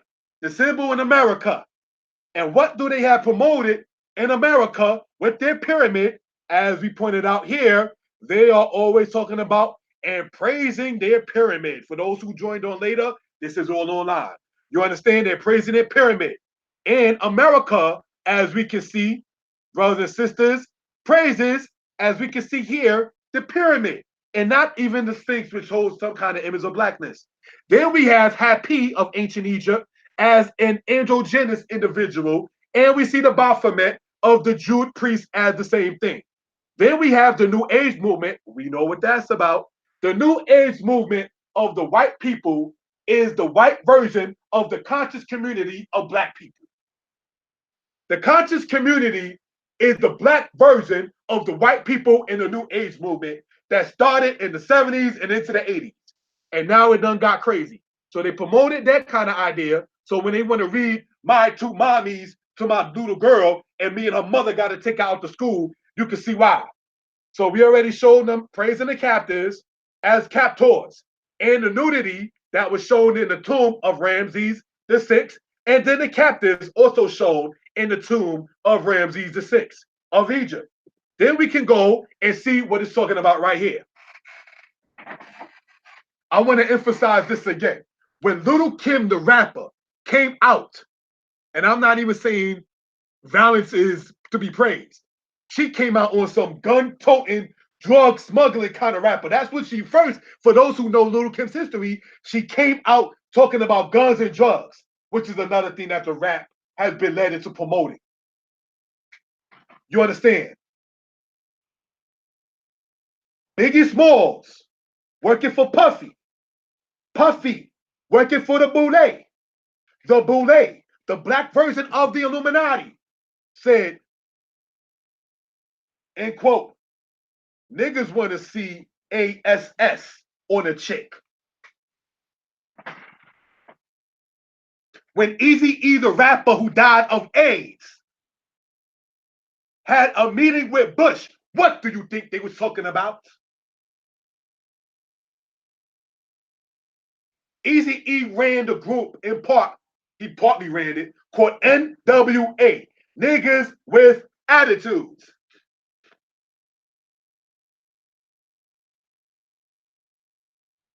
What image were they trying to portray, brothers and sisters? Why do we see a queen such as Harriet Tubman always fully clothed? You saw no cleavage of Miss Tubman. You didn't see no crack of, I don't even want to even sit there and say that in the same sentence of Harriet Tubman. And most Israelite sisters, even though some Israelite sisters go back and forth, I could wear pants, I don't always have to wear a skirt. Even the sisters among the Israelites that say they can wear pants, they still not wearing like the skin tight kind of aspect in most of their pictures online. And I don't think a sister should wear pants, but that's not what the subject right here is about. You understand? Why is it, and you can do a test if you will, if you got the energy for that. Go to the so-called conscious community, women, and sit there and show them about sex and so forth and so on. You'll get a better response, quote unquote, a better response from them than you would a Hebrew woman, hands down. Most Israelite sisters do not personally condone polygyny for their own lives. They say, most Israelite sisters, and I'm 39 years old, I've been in this since I was a baby. I've seen polygyny done. And I remember some sisters saying, it's good, it just ain't for me. I remember sisters saying that. You understand? But I state again, between the so-called conscious women on their quote-unquote spiritual highness and greater understanding, quote-unquote, they are the freaks. The Hebrew women are not. The Israelite sisters are the ones who are promoting making fringes, making skirts, making head wraps, selling jewelry, as we're going to promote the businesses of them later on in this presentation. You understand? It's the so-called conscious women, brothers and sisters, that sit back and think if a man gets erect for them, that means he loves them. They equate sexuality and love. Marriage is not needed. All you got to do is just be too carnal. And the two chakras are meeting each other. So when the henpecked man, and by henpecked I mean weak of the mind kind of man, the black woman is God. That's a game being played on y'all sisters. That is a game being played on y'all sisters. When you are hearing as a woman that the black woman is God from the so-called conscious community people, like the guy Dr. Ben used to teach that the black woman is God. What are you saying? You're saying as a man, you don't have no place. If she's God, then what are you? The servant? The Hebrew women, on the other hand, are going online hard body. Black man, you need to step up. We are tired of being mommy and daddy to your kids. There is a sister online, an Israelite sister, that is going around from post to post talking about Israelite men, black men need to step up and be fathers. We are tired of having to teach your sons how to urinate. But in the conscious core consciousness, only thing you need, brothers and sisters, is to say that she's God. You understand?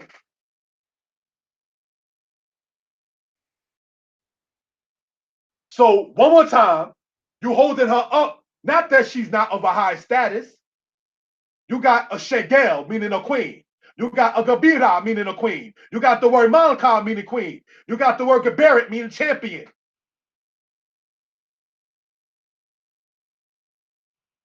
We already went over in the Hebrew class that the feminine principle in Hebrew is how things get done. The hey letter, I want to point this out, all right? We want to use the pen real quick.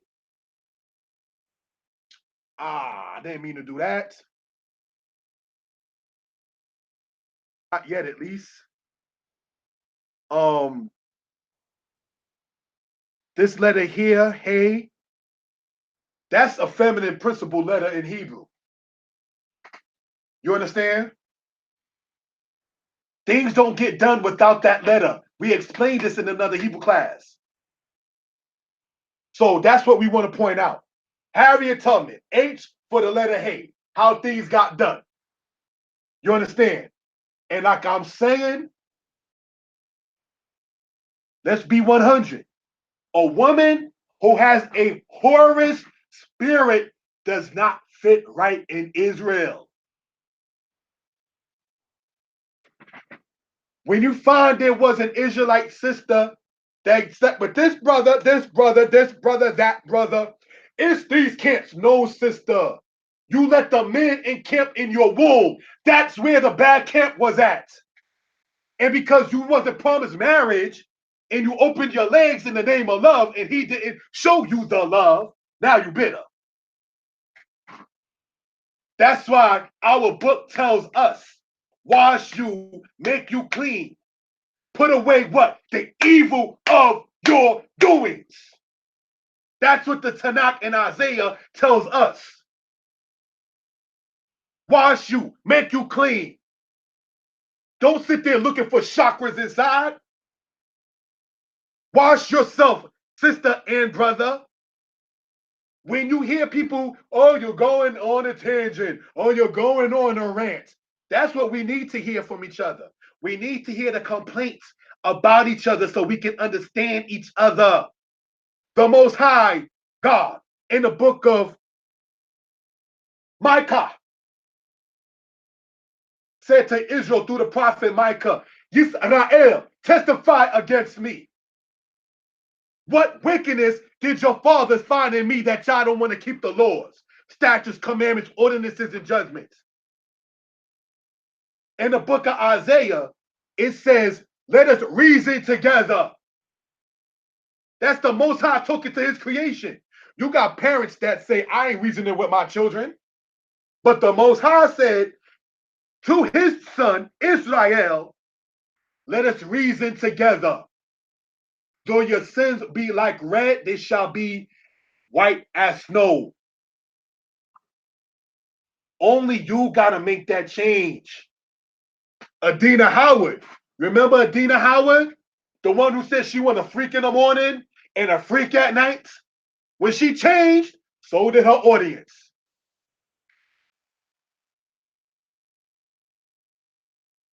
This is what we want to talk about. Pinky that you see right there. And this is not trying to bad sisters, because these sisters wouldn't be where they are if they were not men entertaining that. That's why it says, come together, O nation not desired. In Israel, you are to come as you are, but not stay as you are. You understand?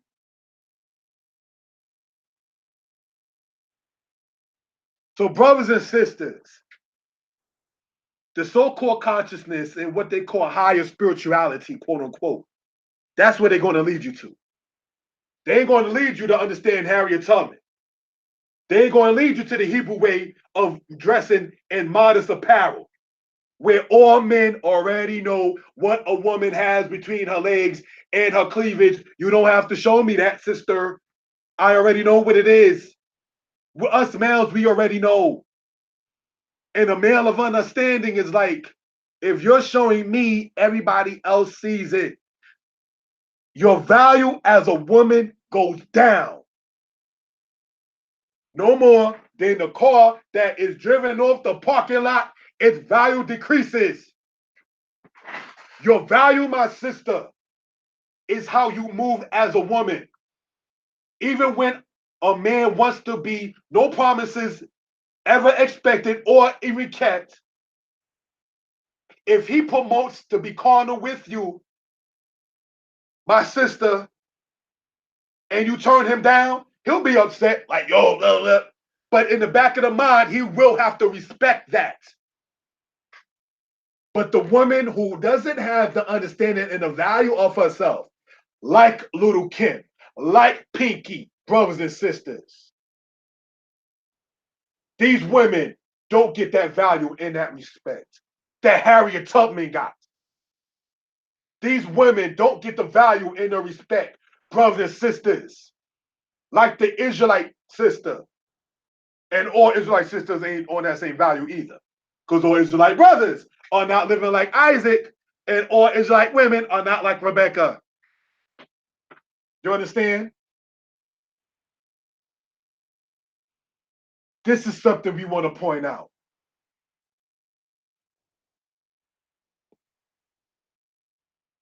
We want to go on to the next part. Next slide. Now, this is something that I made some years ago about Harriet Tubman talks to Little Kim and Pinky. I'm going to read this, and let's go. And I'm going to read what it says. This is a post that I made back in 2015. I had to go way, way back in my Facebook in order to sit there and get this out, because I remember doing it. Harriet Tubman talks to Little Kim and Pinky. And let's see what advice she will have for Miss Kimberly and Pinky. Here's what she says. slightly speaking in a language they'll understand. I killed the nigger who wanted to stop progress. I helped free black people. I fooled the white man and was a nurse in the Civil War. I'm Harriet Tubman. Let's go on.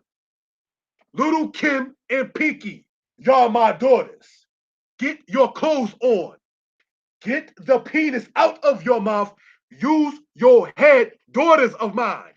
Use your head. Don't give head, daughters of mine. I'm Harriet Tubman. And if you don't understand where I'm going, let's continue.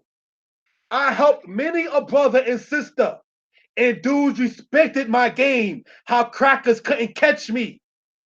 I had a bounty on me for $40,000, and they never saw me, much less my ass. I'm Harriet Tubman.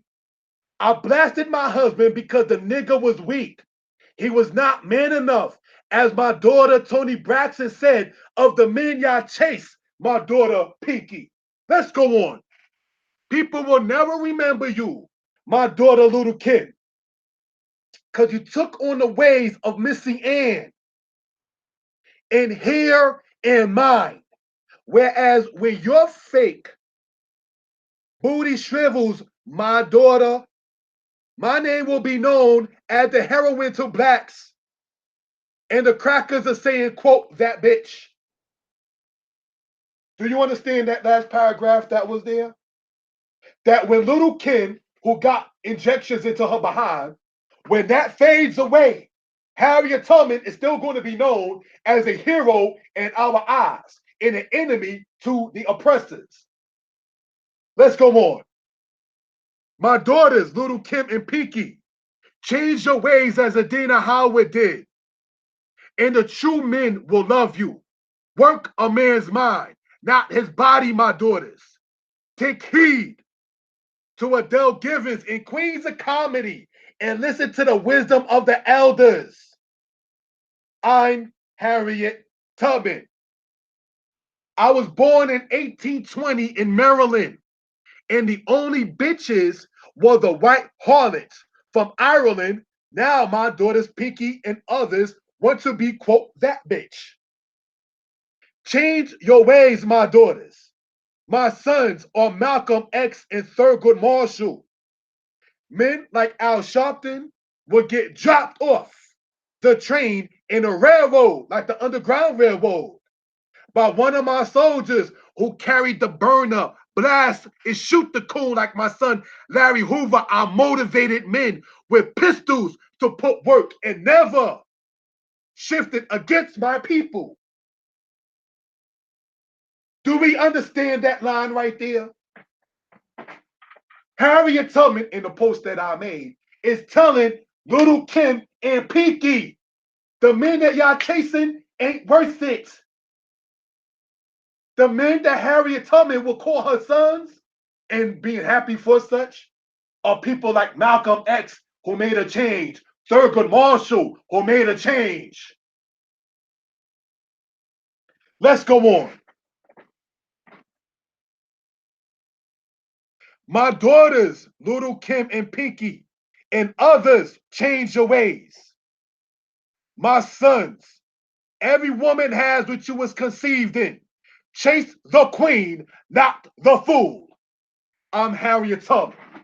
Now that was a post I made some years ago, brothers and sisters. And along with that post, I put a picture, not the same one, but I put a picture of Harriet Tubman with Little Kim and Pinky. You understand? This is something we want to talk about for edification purposes. Harriet Tubman in history was known for having killed her husband because when she had the first idea of freeing black people, she went to her husband, who was a free black man. I'm going to tell on you if you want to free them. Okay, hold this. Bang, hold that. Drop him.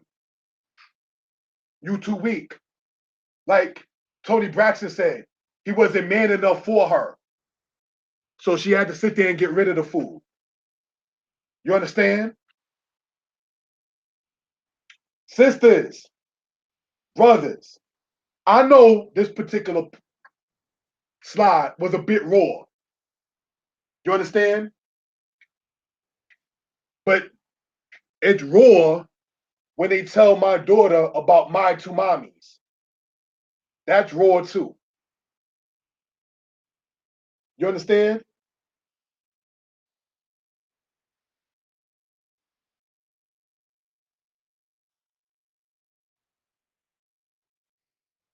Brothers and sisters, there's a movement, and I'm gonna leave this here and talk a little bit so others can read it if they care to, right?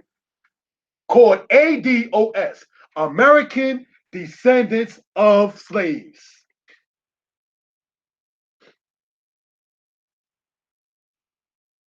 Let's go back and show how the conscious community has been infiltrated in this particular aspect, right? He want to keep on, if I'm going to highlight this one right here, right? I want to emphasize this for a reason, all right? This attitude encompasses an openness to a variety of sexual and gender identities and an overall view that sexuality represents one manner among many others of self-development and gaining greater spiritual awareness. Gaining greater spiritual awareness. Brothers and sisters, through sexuality, they're saying they will gain greater spiritual awareness and to be open. This is why you find who they call Pinky being sexual orientated with another woman named Janet Jackney.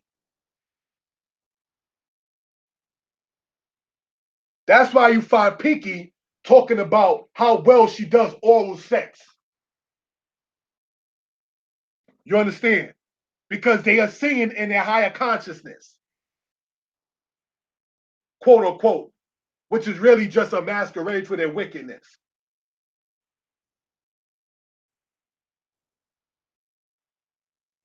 And that is what has been promoted.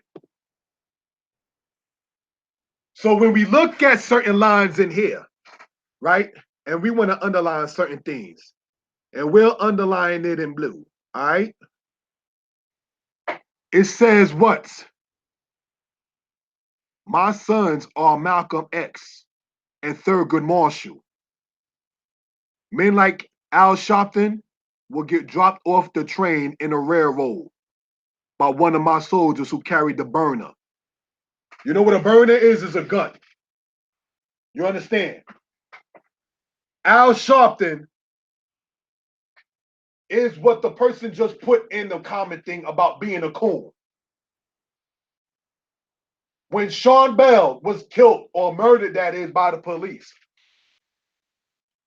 Nicole Bell, which is the widow of Sean Bell, was deserted by Sharpton in aid as soon as his taxes was in trouble.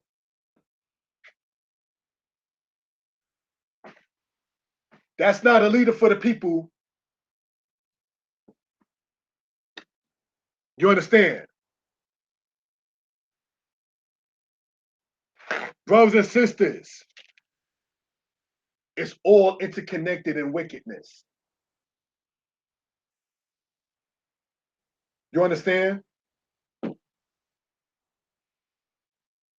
I was born in 1820 in Maryland, and the only bitches were the right harlots from Ireland.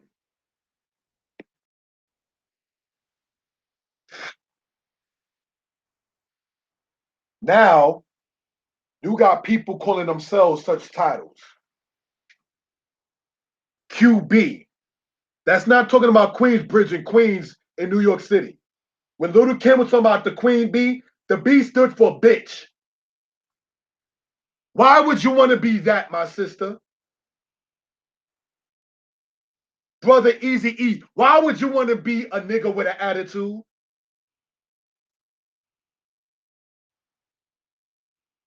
You understand? These are things we want to point out for edification purposes. The value.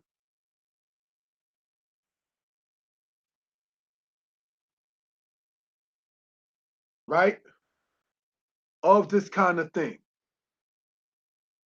People will never remember you, my daughter, little Kim, because you took on the ways of Missy Ann. You know who Missy Ann is? It's an old term for white women. And here in mind, and when your fake booty shrivels, my daughter, my name, Harriet Tubman, will be known as a heroine to blacks. Harriet Tubman, it says the name of the righteous is for a blessing. What name are we leaving?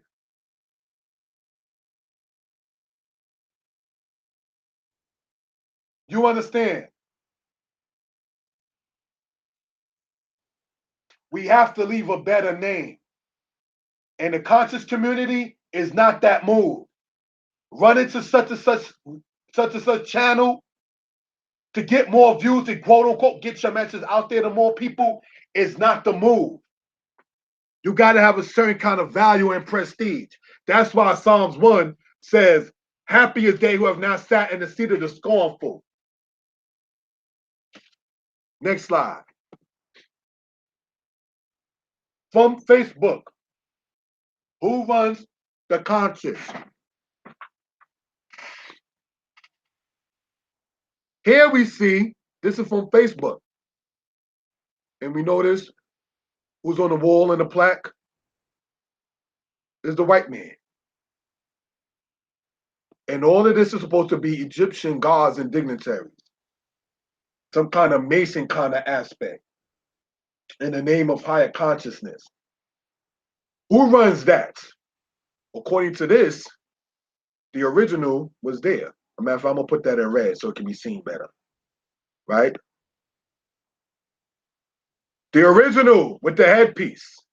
And then they say in here is the copy. Now, do you know who these guys here are? Slave masters. These guys you see there in the red when it says copy are slave masters. What did they copy from ancient Kemet?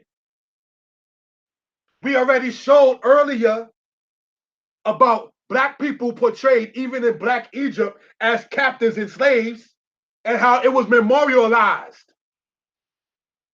So it's not too hard to figure out what they're talking about when you have, as they would say, the third eye open. Let's see. Egyptians who attacked blacks and whites who attacked blacks. Was this plagiarized? You see this right here? You know where this is from, right? Let's go back for edification purposes so we can gain some understanding of what we're talking about. All right? In case we didn't remember or know or anything of that sort, this is from T-U-T, Tut. King Tut showing black people as captives. In the same tomb of King Tut, let's see what's being pointed out in this particular regard. What else can we glean from that particular case? This too is from King Tut's tomb. This is black people inside of ancient Egypt being memorialized as being attacked by dogs. What's the difference between that and the situation you see there in the 1960s in Mississippi, in Alabama, in Georgia, in New Jersey, and in Maryland? What was going on that ancient Egypt memorialized black people being attacked by dogs, as you see there? And then you see America showing the same pictures of black people being attacked by dogs. Kemet was not for the black man. So when they promote Kemet in Egyptology, let's see why they're promoting that.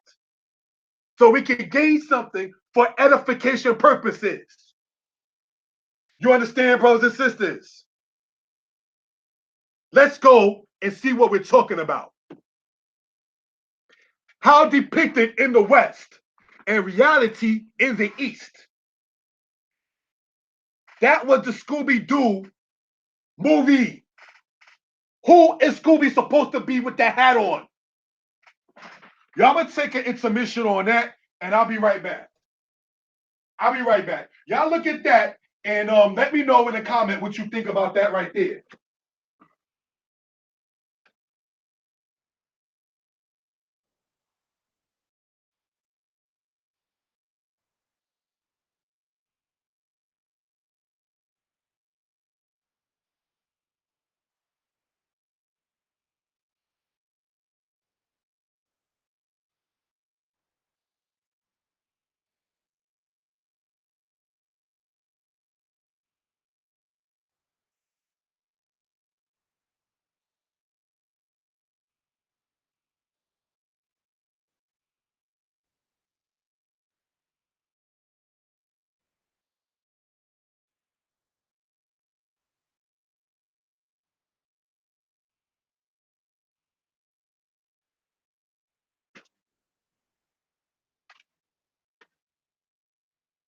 Any suggestions? And I will tell the truth. I use the aspect of this to go and get some water because I've been talking a lot. What do you think of that picture right there? With Scooby-Doo shown there with their hat on. Who is that supposed to represent with the gown and the hat on? But the old version of Mammy, the black woman. That's what I got when I saw it. What do you think?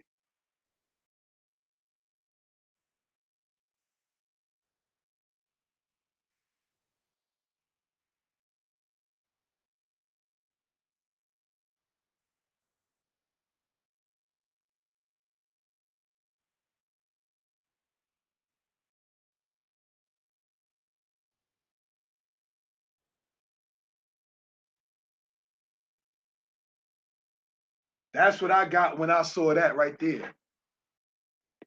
Do you know what you're looking at here in the East with the women with the ornaments on their head and with their gowns on? That's in the land of Eritrea. Eritrea is in Eastern Africa. You understand?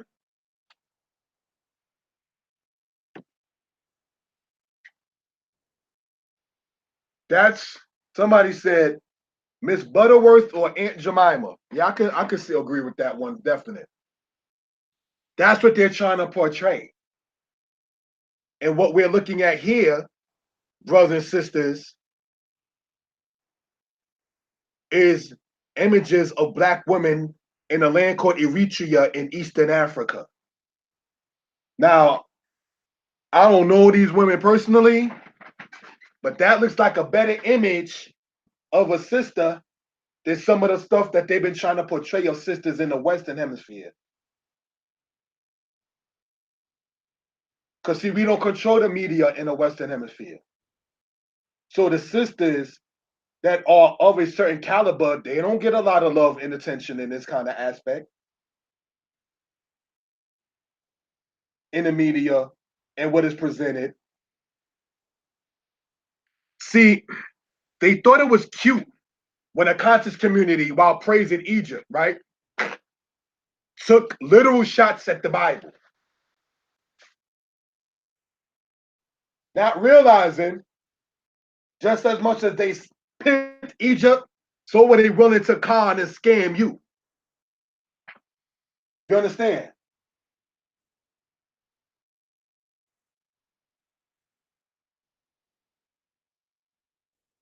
Next slide. Next subject, Israel. We're getting into another aspect. Let's go on.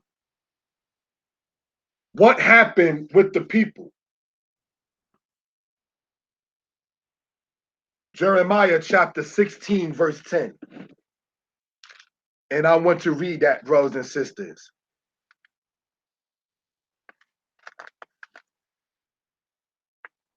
Jeremiah chapter 16 and verse 10. And it reads as follows. And it shall come to pass, when thou shalt show this people all these words, and they shall say unto thee, wherefore hath the Lord pronounced all this great evil against us? Or what is our iniquity? Or what is our sin that we have committed against the Lord our God? Then thou shalt say unto them, because your fathers have forsaken me, saith the Most High, and have walked after other gods, and have served them, and have worshipped them, and have forsaken me, and have not kept my law. And ye have done worse than your fathers, for behold, you walk everyone after the imagination of his evil heart, that you may not hearken unto me. Therefore, I will cast you out of this land into a land that you know not, neither ye nor your fathers. And there you shall serve other gods day and night, where I will show you no favor. That's in Jeremiah chapter 16. Brothers and sisters, let's go to Jeremiah chapter 17, verse 4. And thou, even thyself, shalt discontinue from thy heritage that I gave thee, and I will cause thee to serve thine enemies in a land that thou knowest not. For ye have kindled a fire in my anger, which shall burn forever. So the conscious community talking about this must be our land here in the West and no place else. Somebody is a paid agent, because we were never supposed to realize these scriptures, whether good or bad, is talking about us. You understand? It says in Jeremiah 17, verse 4, and thou, speaking of Israel, even thyself, shall discontinue from that heritage that I gave thee, and I will cause thee to serve thy enemies in a land that thou knowest not. That's why you see that, unfortunately, in Roots, when the woman, was made to have to go and serve her enemies in a land that her ancestors did not know. We went over and over and over, and that the Israelites were of color. So when we were discontinued from our heritage, eventually, brothers and sisters, we see, end quote, brothers and sisters, because we want to point this back out. This is the result of years and years of being discontinued from your heritage. This is what you see right there. So we can gain an understanding of what we're talking about. This here, not hitting on the sister, this is what happens when you are discontinued from your heritage. You turn into a little Kim and you turn into a Pinky. You understand? The images that our people had, certainly not talking about the Kemet thing, we already went over that, about the aspect of how we look in the East, brothers and sisters, this right here, that's hidden. That's not promoted. Harriet Tubman, that's not promoted either. We see what is the aspect of the hip hop in the now conscious community.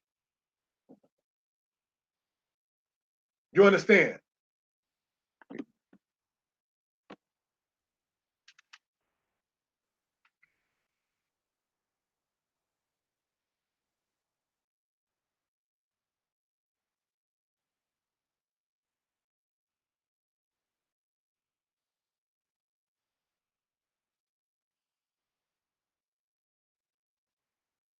Yisrael.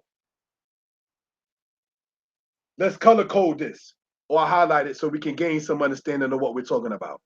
And the highlighter has to be a different color. Highlighting that in the blue, the word El from the Hebrew root word ayil, which means to be mighty. All right, so El means God or mighty one. Now we're going to color code this with the highlighter inside of yellow. All right, the Yod, the Sin, and the Resh. When you get Yisra, it comes, brothers and sisters. All right, follow the pen, brothers and sisters. It comes from this root word here, right?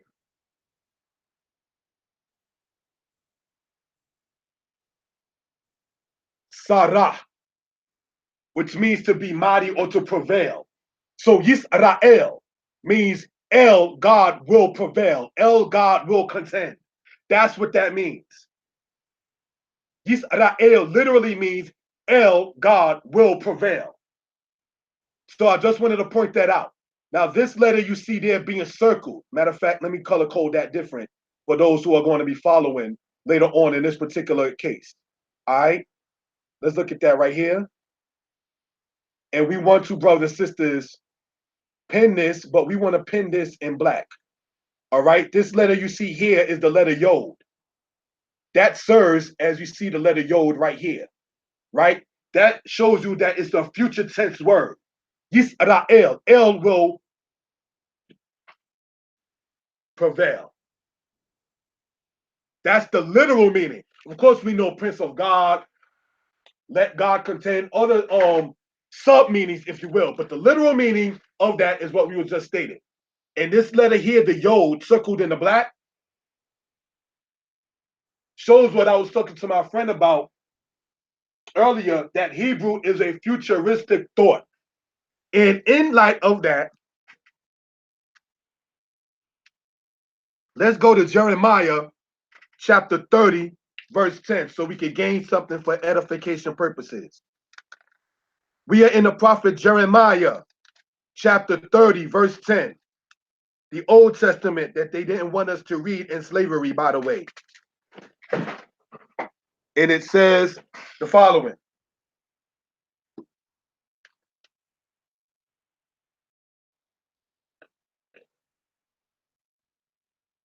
Therefore, fear thou not, O my servant Jacob, saith the Most High. Neither be dismayed, O Israel. For lo, I will save thee from afar, and thy seed from the land of their captivity. Their seed from the land of their captivity. Don't talk about their spiritual Israel and Christianity is garbage.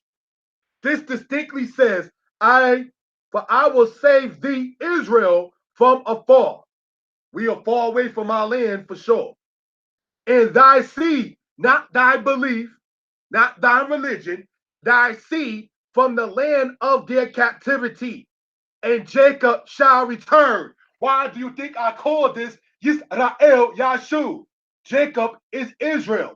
Israel shall return. Which means what? We've been scattered. And in the process of our scattering, we went from having to serve them in this manner to serving them in manner like Amarosa. Let's go on, brothers and sisters. And Jacob shall return and shall be in rest and be quiet, and none shall make him afraid. For I am with thee, saith the Most High, to save thee, though I make a full end of all the nations, whether I have scattered thee. Yet I will not make a full end of thee, but I will correct thee and measure, and will not leave thee altogether unpunished. We are in America with 3 Ks instead of the C as a punishment. When we return back to the Most High is when the enemy's nightmares will begin. We are the tail, unfortunately, and not the head. That's why you see our people depicted serving them. As Deuteronomy 28 talked about. It says in Jeremiah 30 verse 10, and save your seed.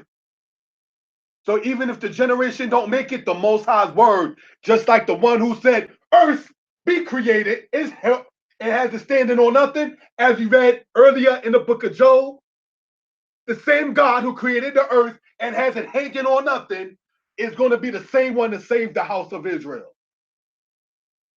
This is what we want to talk about. There is no papyrus, there is no hieratic, there is no hieroglyph, there is no demotic writing of ancient Egypt talking about what's going to happen to the people of the ancient Egyptians. So when they was feeding you Egypt, they was feeding you that to keep you sleeper longer. You understand? It says, now, Jeremiah 46, verse 27 says this. Jeremiah chapter 46, verse 27. But fear not thou, O my servant Jacob, and be not dismayed, O Israel. For behold, I will save thee from afar off, and thy seed from the land of their captivity. And Jacob shall return. See how it repeats? Jacob shall return. Jews in the land of Israel are not the return because they're not the ones who were scattered. And be in rest and in ease, and none shall make him afraid. Fear thou not, O Jacob, my servant, saith the Most High. For I am with thee. For I will make a full end of all the nations whither I have driven thee. What? I will make a full end of all the nations whither I have driven thee. Isaiah 13 says, they of Israel find joy to the enemy shall be thrust through, like Harriet Tubman blasted her husband. I want to sit there in the amalgamate, drop him. We ain't got no time for that. Because nobody knows the trouble that we've seen. And we're going to show what we're talking about. All right? For I will make a full end of all the nations, whether I have driven thee. But I will not make a full end of thee. We are the minorities. The Most High said, for I will not make a full end of thee. We are the minorities. We are the underprivileged. What did the Most High say? But I will not make a full end of thee, but correct thee in measure. Brothers and sisters,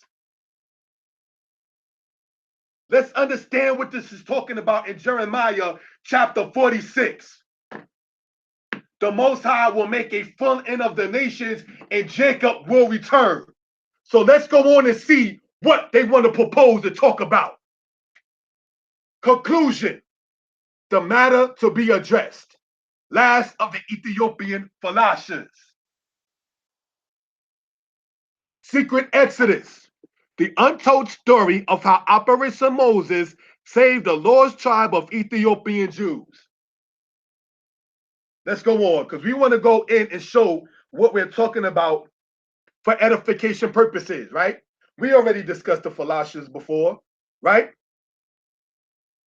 Beta Yisrael from Ethiopia. If the slave is allowed to read the Bible, it will make him a demon and not a Christian. You see these women in the picture? Do you see these women in the picture? They are Israelites that live in Ethiopia. So the conscious community, Yeshli She'ela Lakem. I have a question for you all. Why is it, brothers and sisters, there's nobody in continental Africa talking about they belong to the ancient Egyptians and their ancestors were also scattered in the Western Hemisphere? We did a video called From Avaris to Alabama. I want to put that in here. From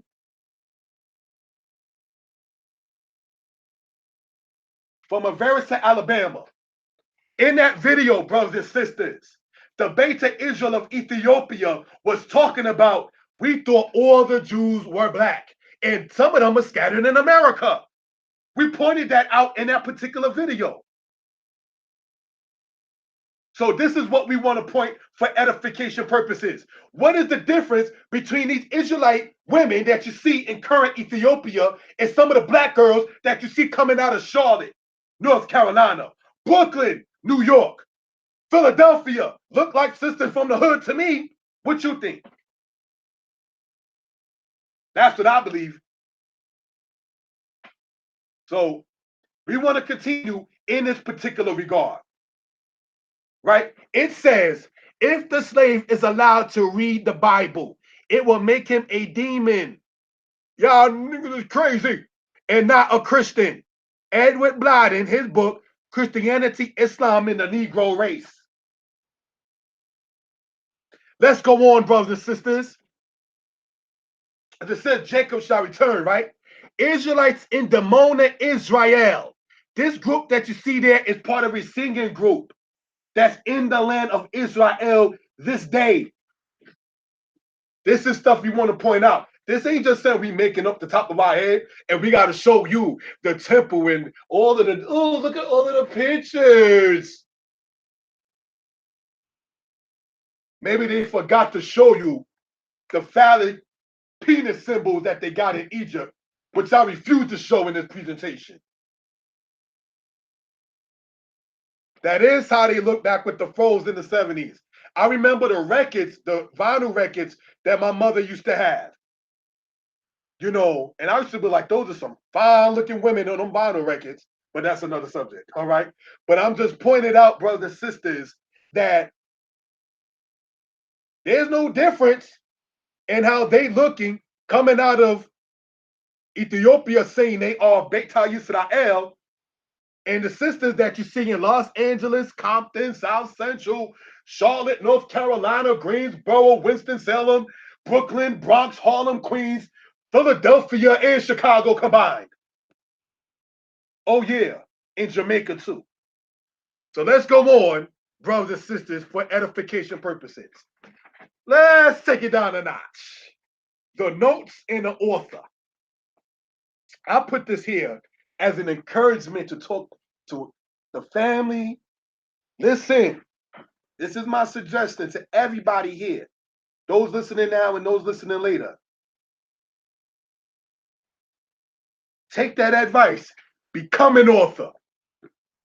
It legally 44 pages in America is a standard book. You can become an author with writing little pamphlets, your journal, if you want to go there, your life story. Now, what you're looking at here with the pen and everything, that's when I was writing the Egypt Talk book. And that was like the first draft. So let me explain how this goes down. A lot of people, when I talk to them about becoming an author, right? The general statement is, I don't know where to begin. Well, that's where you begin. Write your book, brothers and sisters. Become an author. Like I'm saying, that's me in a picture, and that's me when I was becoming an author. When you put your face on a book, as opposed to just spending so much time on Facebook, it will change your mentality. You understand?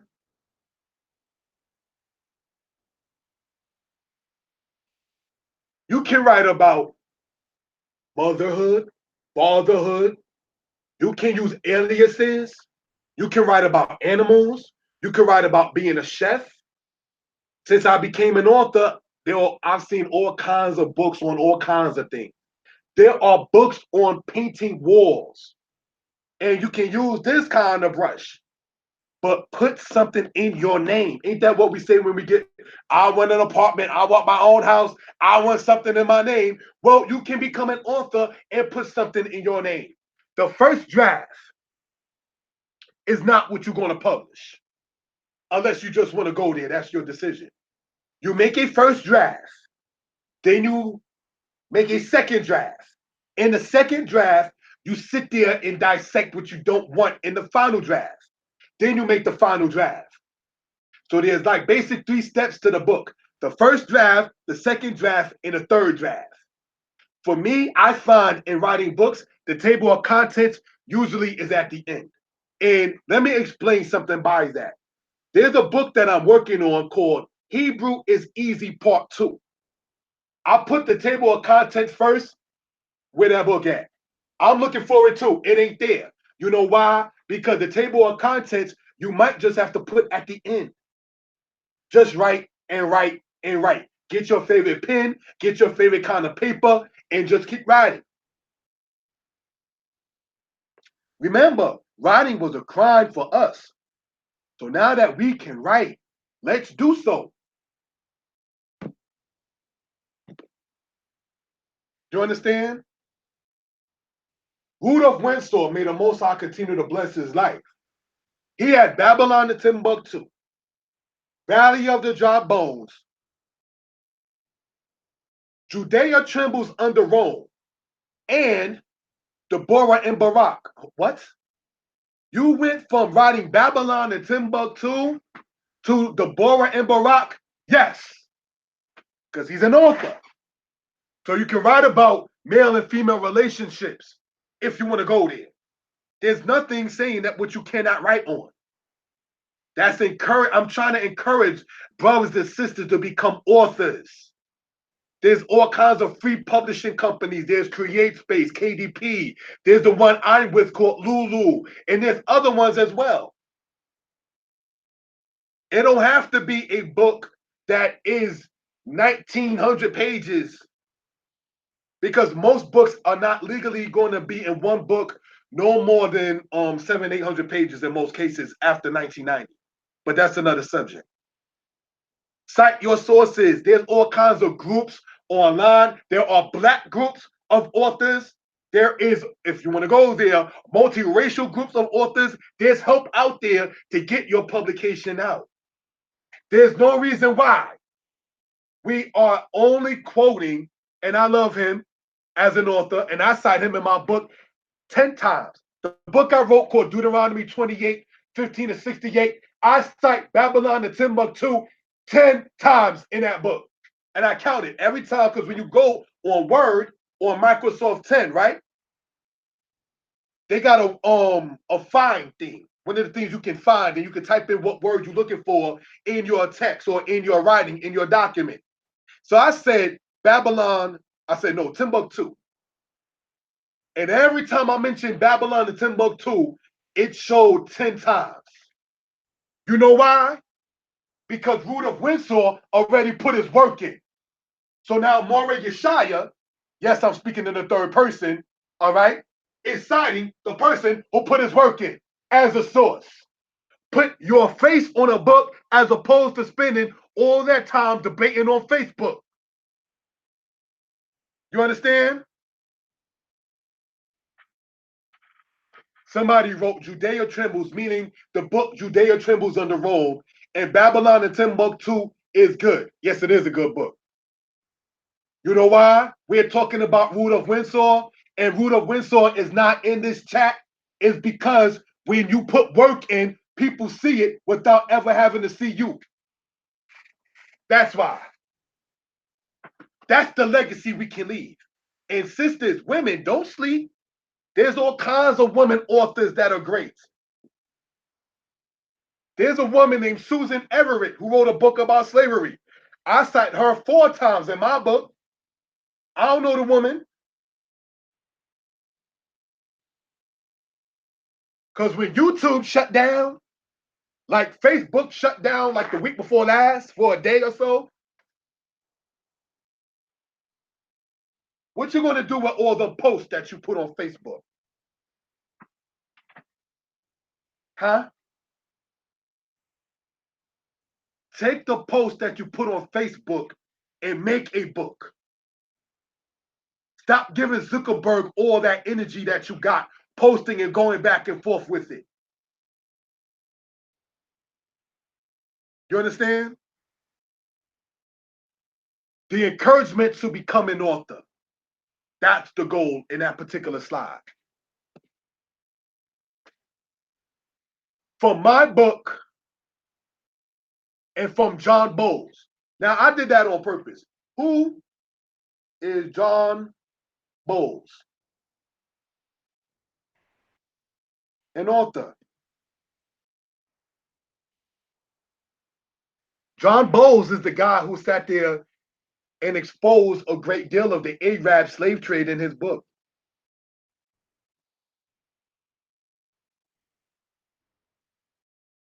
So let's see. In my book, we see it highlighted there in the yellow. That's from the Deuteronomy 28 book that I wrote. And I cite John Bowles, highlighted there in the blue, about the Arab slave trade. And I want to point something out, brothers, sisters, not being funny. All right? With the pen there, if we will. This last one here that you see, or this one here that you see, should I say, that's the groundwork. That's when you got all your books and all your sources there. And you got to cite this one, then reference that one, then say, okay, that's pork, this is turkey, that's pork, this is chicken, that's pork, this is lamb, that's pork, this is beef. That takes work. When you go shopping in the supermarket, you put all kinds of things in your cart. And then you still decide what you want after your eyes saw everything you wanted to see. That's the same thing when you edit in your own book for the second draft. And the final draft is when you take in the packages into the car or into the bus or anywhere else you use for transportation. Become an author. There's nothing wrong with that. Don't let nobody tell you or beat you in the head that you can't be. That's what somebody told me when I started to become the aspect of a writer, right? This is how you know the people who ain't going to buy your book. That's another thing too. They say things like this. Are you going to make enough money back for what you put out? Nope. Let me emphasize that. The bibliography in my book, Deuteronomy 28, 15 to 68, that bibliography of books comes to over $1,000 of books gathered over the years. $60 for a book called Without Sanctuary about the lynchings in America. $15 on a book called 100 Years of Lynchings by Ralph Ginsberg. Another book called History of Slavery for $20. Another book, brothers and sisters, called The Greatness of Babylon for $40. The Septuagint that I cited, that was $40. All of the lexicon books for the Hebrew that come up to $25 each. You may not, in the first year, make all your money back. That's why you have to have a thing called love in this. I encourage people to become an author. You understand?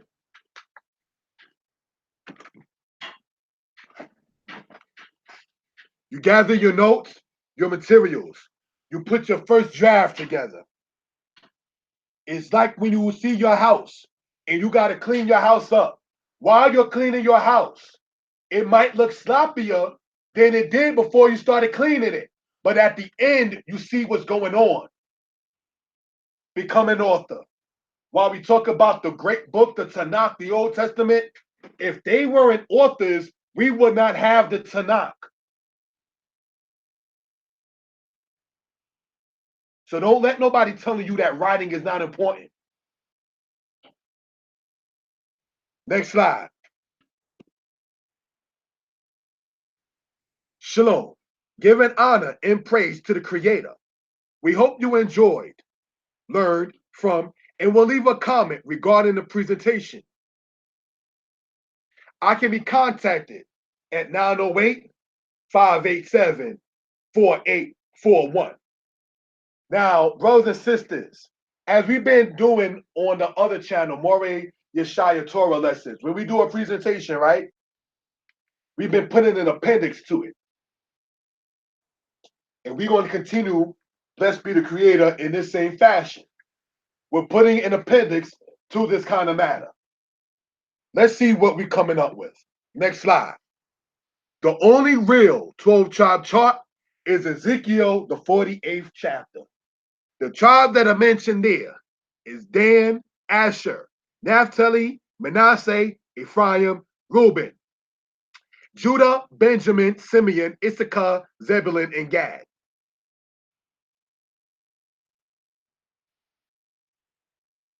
Manasseh and Ephraim together is the tribe of Joseph. Do we understand that? Now, we do. We went over this several times before.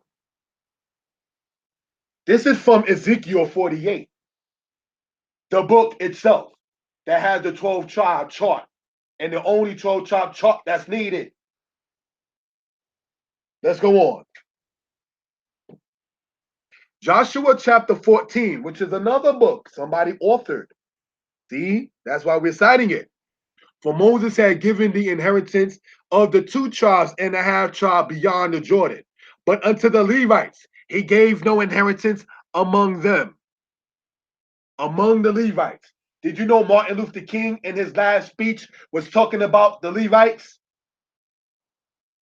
For the children of Joseph were 2 tribes, Manasseh and Ephraim, and they gave no portion unto the Levites in the land, save cities to dwell in with the open land about them for their cattle and for their substance. As Yah commanded Moses, so the children of Israel did, and they divided the land. So you see the Levites here again. You see the tribe of Joseph is 2 tribes, Manasseh and Ephraim. For land purposes, the Levites had no land, brothers and sisters. So when we look at this right here about Manasseh and Ephraim and Ezekiel 48, that's all the tribes that's mentioned. The Levites don't have their own set aside land because they in others' land. That's the point of that. Any questions? We have, as quoted, the contact right here, 908-587-4841. So let's continue in this appendix that we were talking about. Conclusion. Brothers and sisters, we want to talk about a certain subject and close this out with the time allotted. And I thank the people who thought enough of the channel to even take time to listen, to take time to click like, to take time to share. to take time to comment. It is definitely appreciated. I don't have the mindset, well, I'm going to put it out there and you just better like it. No. Next slide. Appendix. Remember we was reading earlier in Jeremiah about Israel being saved?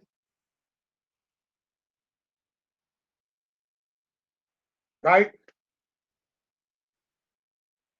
What you're looking at there is a picture from this weekend in Pennsylvania. The cop off duty by the name of Michael Rosfeld shot and killed a black teenager by the name of Antoine Rose.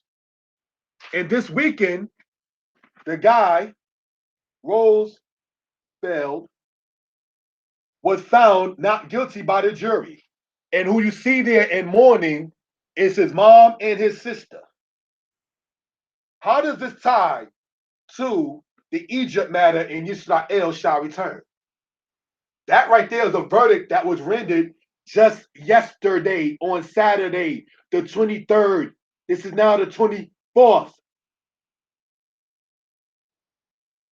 When we read last night that Za'akwat Yisrael, that the cry of the children of Israel has come before the Most High. Let's see why politicians are talking what they're talking and what in the world is going on in the society that they don't think that people see or know. Next slide, please. Reparations, that's the question mark. Politicians are now being asked to talk about reparations. You understand? And when most people think of reparations, they're thinking about money.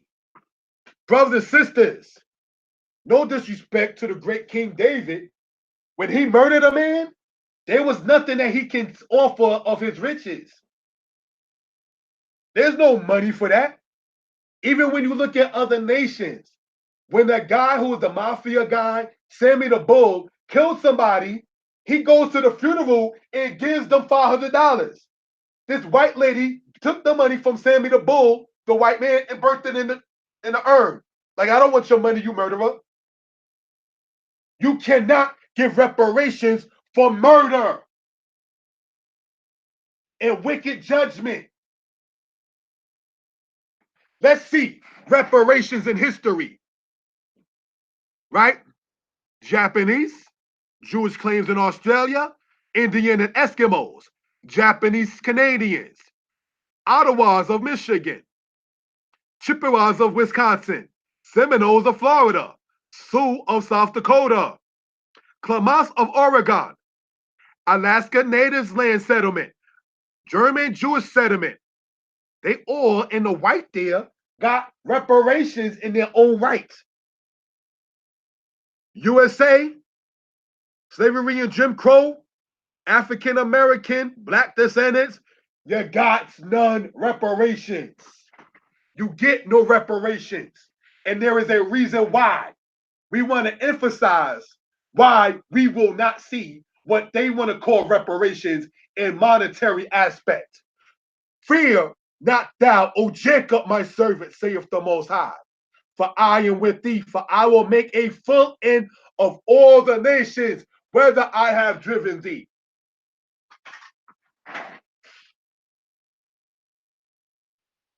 That's why they can't pay us off. You understand? The tears of that mother and the tears of that sister will never, brothers and sisters, be on that list. The Most High already made his proclamation of what will happen to those who oppress the house of Israel. It says, according to the word of Yah, the God that the Romans hated, it says, for I will make a full end of all the nations, whether I have driven thee. Let's highlight that so we can gain some understanding. It says, for I will make a full end of all the nations, whether I have driven thee. That's in the yellow. That's our reparations. The Most High will vindicate for us.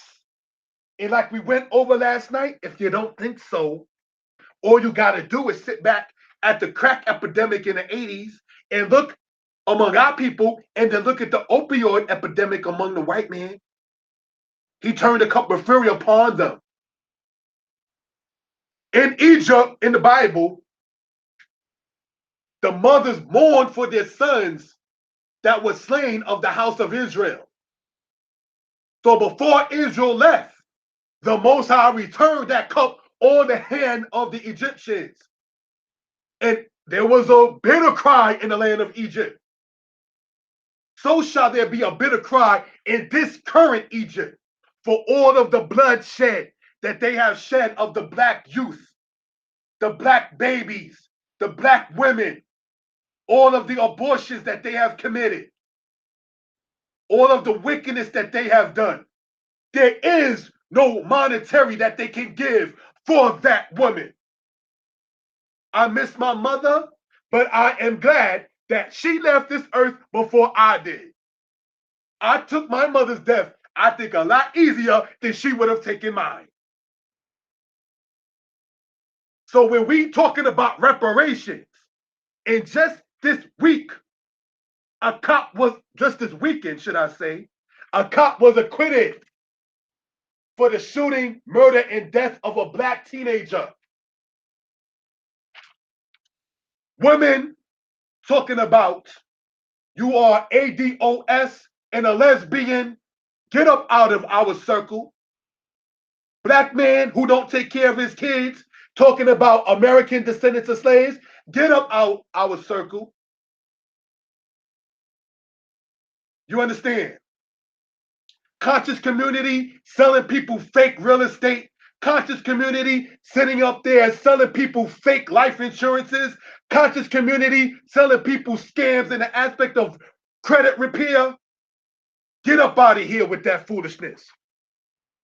That's why you can equate the wickedness of Egypt and the wickedness of America as one, because they memorialize and hold themselves not guilty. You understand? The cop was acquitted on the 23rd of March, less than 48 hours from the time we are currently now in, currently East Coast. It is 4 p.m. on the dot, March 24th, 2019. Less than 48 hours ago, a white cop was acquitted for putting a black teenager to death. And this is his mom and his sister. One less black man to make more black babies and be a good, perhaps good black father. And you're going to turn around talking about we want to ride on the ADOS, talking about American descendants of slavery, and we still going through it today. Our reparations will come when the Most High slays our enemies, just like they slew us. We're dealing with the non-turn-the-cheek God. We're dealing with the God that the Old Testament says in Ecclesiastes, God requires the past. That's who we're talking about. The Romans said that the God of the Judeans was a harsh God. Did you know that? When the Romans met the tribe of Judah, and the people of Judah was talking to the Romans about the Most High, they said that your God is harsh. So Yod-Heh-Wah-Heh is not a God of the white man. Conscious community, you the Lord Shemai. You understand? Let's go on. What grandmothers and mothers went through. These are actual pictures from slavery. There is no reparations. How do you repair? That's what reparations means in part, to repair. How do you repair this? You can't repair that. You already made the money going as far as East India and the slave trade with the cotton. You already living high on the hog with that one. How do you repair that? You understand? So we will not, brothers and sisters, get reparations. like the other people's got. Our reparations come from the death of our enemies, not by getting their currency. Because we already got enough people who have a whole lot of money, and we're still going through it. So we're not repaired.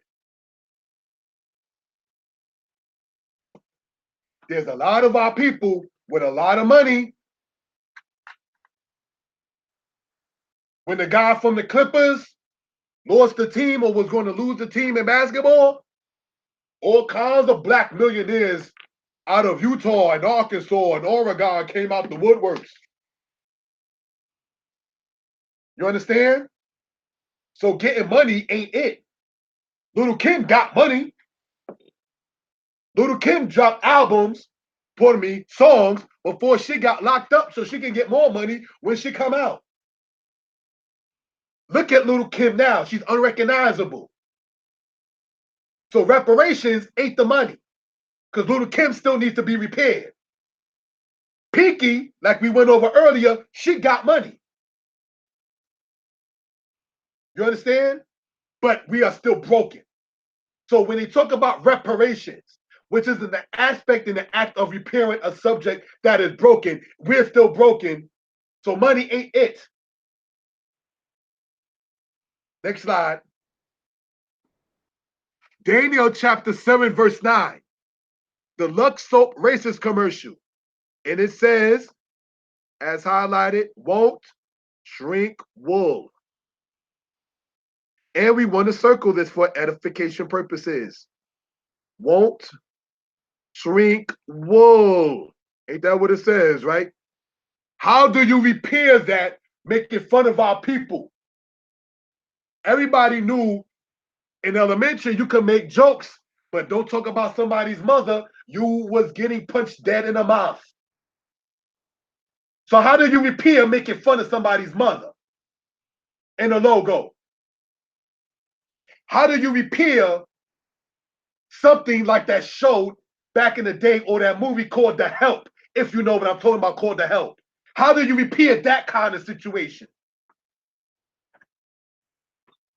So everybody talking about politics in the black community now, reparations for slavery. The Most High will not allow it because his word about destroying our enemies is what's going to come to pass. Because why are they talking about reparations? They know we're waking up to this great truth. So let's pay the niggas off, and therefore we won't have to worry about them being upset with us. If I give you money, you'll be quiet, nigga. But as long as you keep on making these PowerPoints talking about my evil, you don't want to wake these people up. You understand? That's what it boils down to with that. Don't wake them up. Keep them asleep. Keep them docile and entertained. Entertained.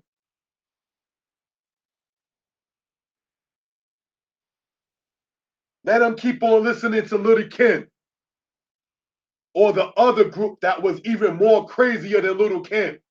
Remember BWP?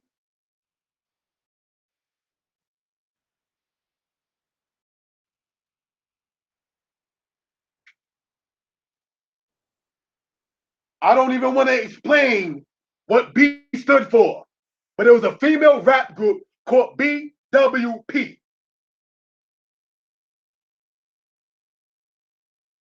B, you figure what that is, and WP stood for with problems. You understand?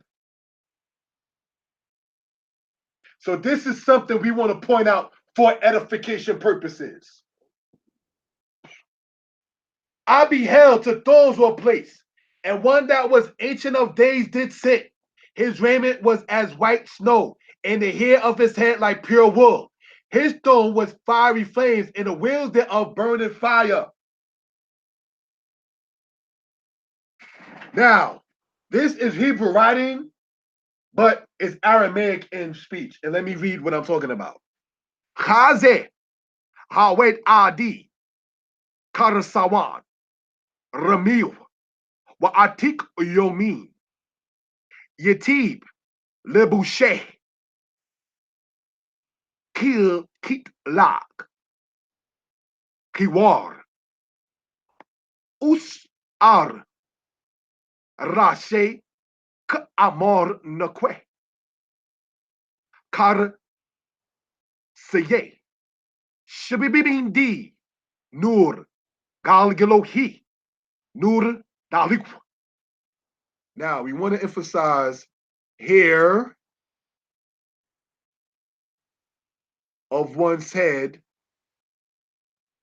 like wool that is pure, right?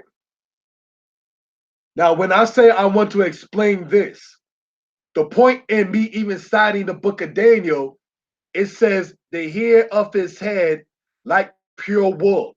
And this says won't shrink wool. So who's known for having the hair of wool but our people? That's the point in even emphasizing this particular aspect. So while they try to make a post or a picture or a meme or what have you, insulting and trying to be insulting of our people, they are saying, oh, he got wool. But the great book showing that it's not their book, it says, I beheld two thrones were placed, and one that was ancient of days did sit. His raiment was as white snow, and the hair of his head like pure wool. Let's go, brothers and sisters.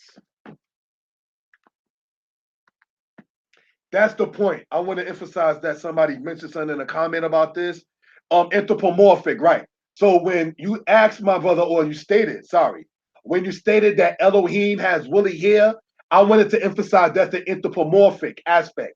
Just like we were to say the hands of the Lord or the finger of the Creator. We're giving human attributes to our maker because we only understand us as humans. So yes, I agree about the anthropomorphic. Not that the Creator himself looks like us, but the closest thing we can think is that. That's why. Thank you for that. All right, so now I want to emphasize and read something, if we will. All right. Daniel chapter 7, and let's go into Daniel 7, verse and quote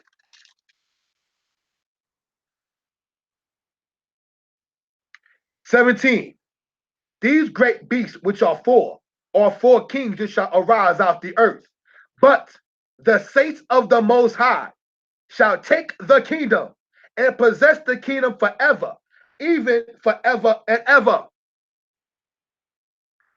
Now, the great horn that spoke of this, I beheld, and the same horn made war with the saints, meaning with the Israelites, and prevailed against them. They prevailed against us. That's why you see this here in slavery. That great horn that Daniel is talking about prevailed against the saints. That's why you see us being pictured like that in slavery. That's why you see Lil Kim and Pinky like that earlier. Let's go on, brothers and sisters. Until the Ancient of Days came, and judgment, not reparations, and judgment, not reparations, not a check with their monetary Illuminati funded money that is a debt bearing note. That's what the bills are.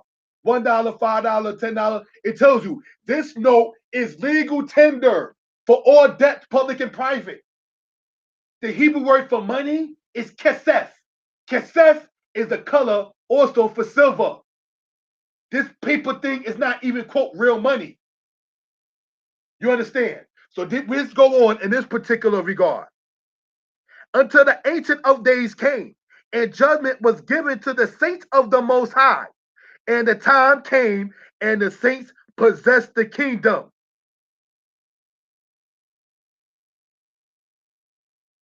And then he said, the fourth beast shall be a fourth kingdom upon the earth, which shall be diverse from all the kingdoms, and shall devour the whole earth. It shall tread it down and break it in pieces. Colonization. We're back in the book of Daniel, chapter 7, and it says, verse 23, shall break the earth in pieces, just like they did in a book called The Scramble for Africa with Leopold, part of that fourth kingdom, cutting people's hands off, talking about you didn't make the certain quota of rubber for his kingdom. Let's go on, brothers and sisters. And the 10 horns out of this kingdom are 10 kings that shall arise, and another shall arise after them, and he shall be diverse from the first, and he shall subdue 3 kings, and he shall speak great words, great words against the Most High, and shall wear out the saints of the Most High, and think to change the times and laws, and they shall be given into his hand for a time and times and dividing of time. But the judgment shall sit. The judgment shall sit. So their reparations, all these other politicians now talking about it, the Most High has already decreed what will happen, as we read in Jeremiah. Let's go on in Daniel. And it says this. But the judgment shall sit, and they shall take away his dominion to consume and to destroy it unto the end. To consume how? As it says in the book of Zechariah, by fire. That's how the Most High is going to come back and render judgment upon the nations. So you can keep your check, boss. You can keep your check, boss, and stop trying to pacify me with that paper thing that you like to call money.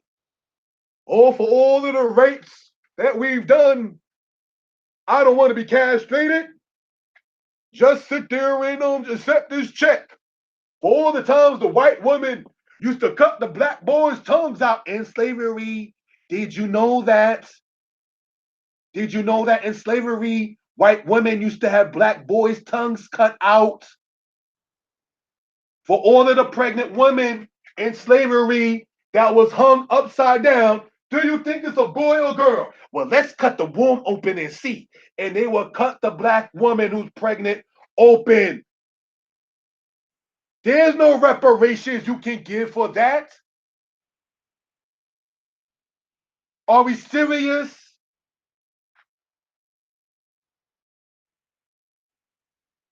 Where is Assyria and Babylon? Jeremiah chapter 2 verse 3. All nations that come against Israel shall be consumed. There's no more Assyrians, there's no more Babylonians. The judgment for them was already rendered.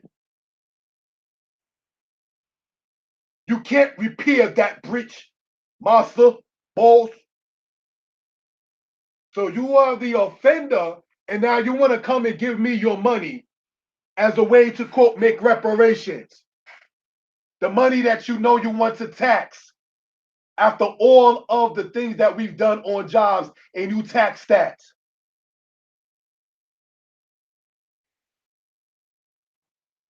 You understand? There is no reparations that they can offer. So we just have to know and understand. But the judgment shall sit. The book of Zechariah tells you how that will be. It says their flesh shall consume upon them as they stand on their feet, and their eyes shall waste away in their sockets. The prophecy still ain't come to pass yet. Just like the word came upon Israel for us breaking the laws of the Most High, so shall these nations pay in part for giving us another God. Did you know that? And I say this in no disrespect to those who are all understanding as messianic or so. The coming together of the Old and the New Testament was done during the era of Pope Pius in the year 405 AD. That's why you have over 500-600 years between Malachi and the aspect of what happened with Matthew. It is not one complete thought.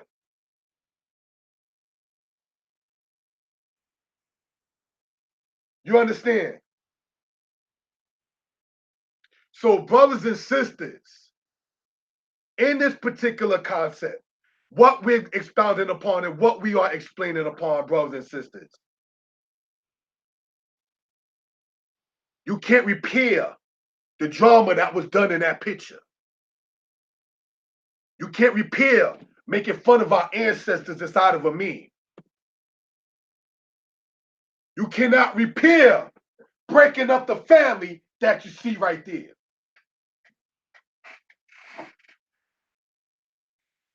You cannot repair, brothers and sisters, having the women there working as they were with the holes in the ground. There's no reparations for that. We already read the judgment upon them in Jeremiah. For you breaking up the family, there's no reparations for that. So if we expect to get on that list of the people with reparations, we have insulted our intelligence. Ask a mother about how to deal with a kidnapper of a child. Kill him, but before you kill him, torture him. That's what the Most High is going to do. Torture them before he slays them.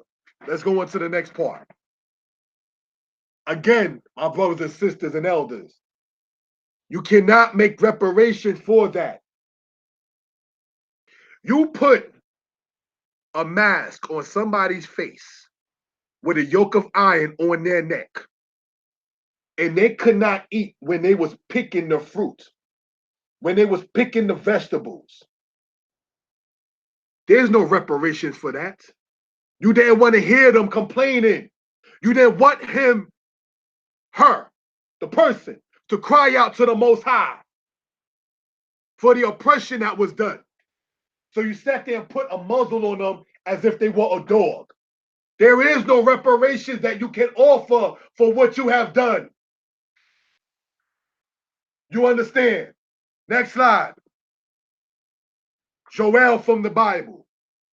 For behold, in those days and in that time, when I shall bring back the captivity of Judah and Jerusalem, I will gather all nations and will bring them down into the valley of Jehoshaphat, and I will enter into judgment with them there for my people and for my heritage Israel, whom you have scattered among the nations and divided my land.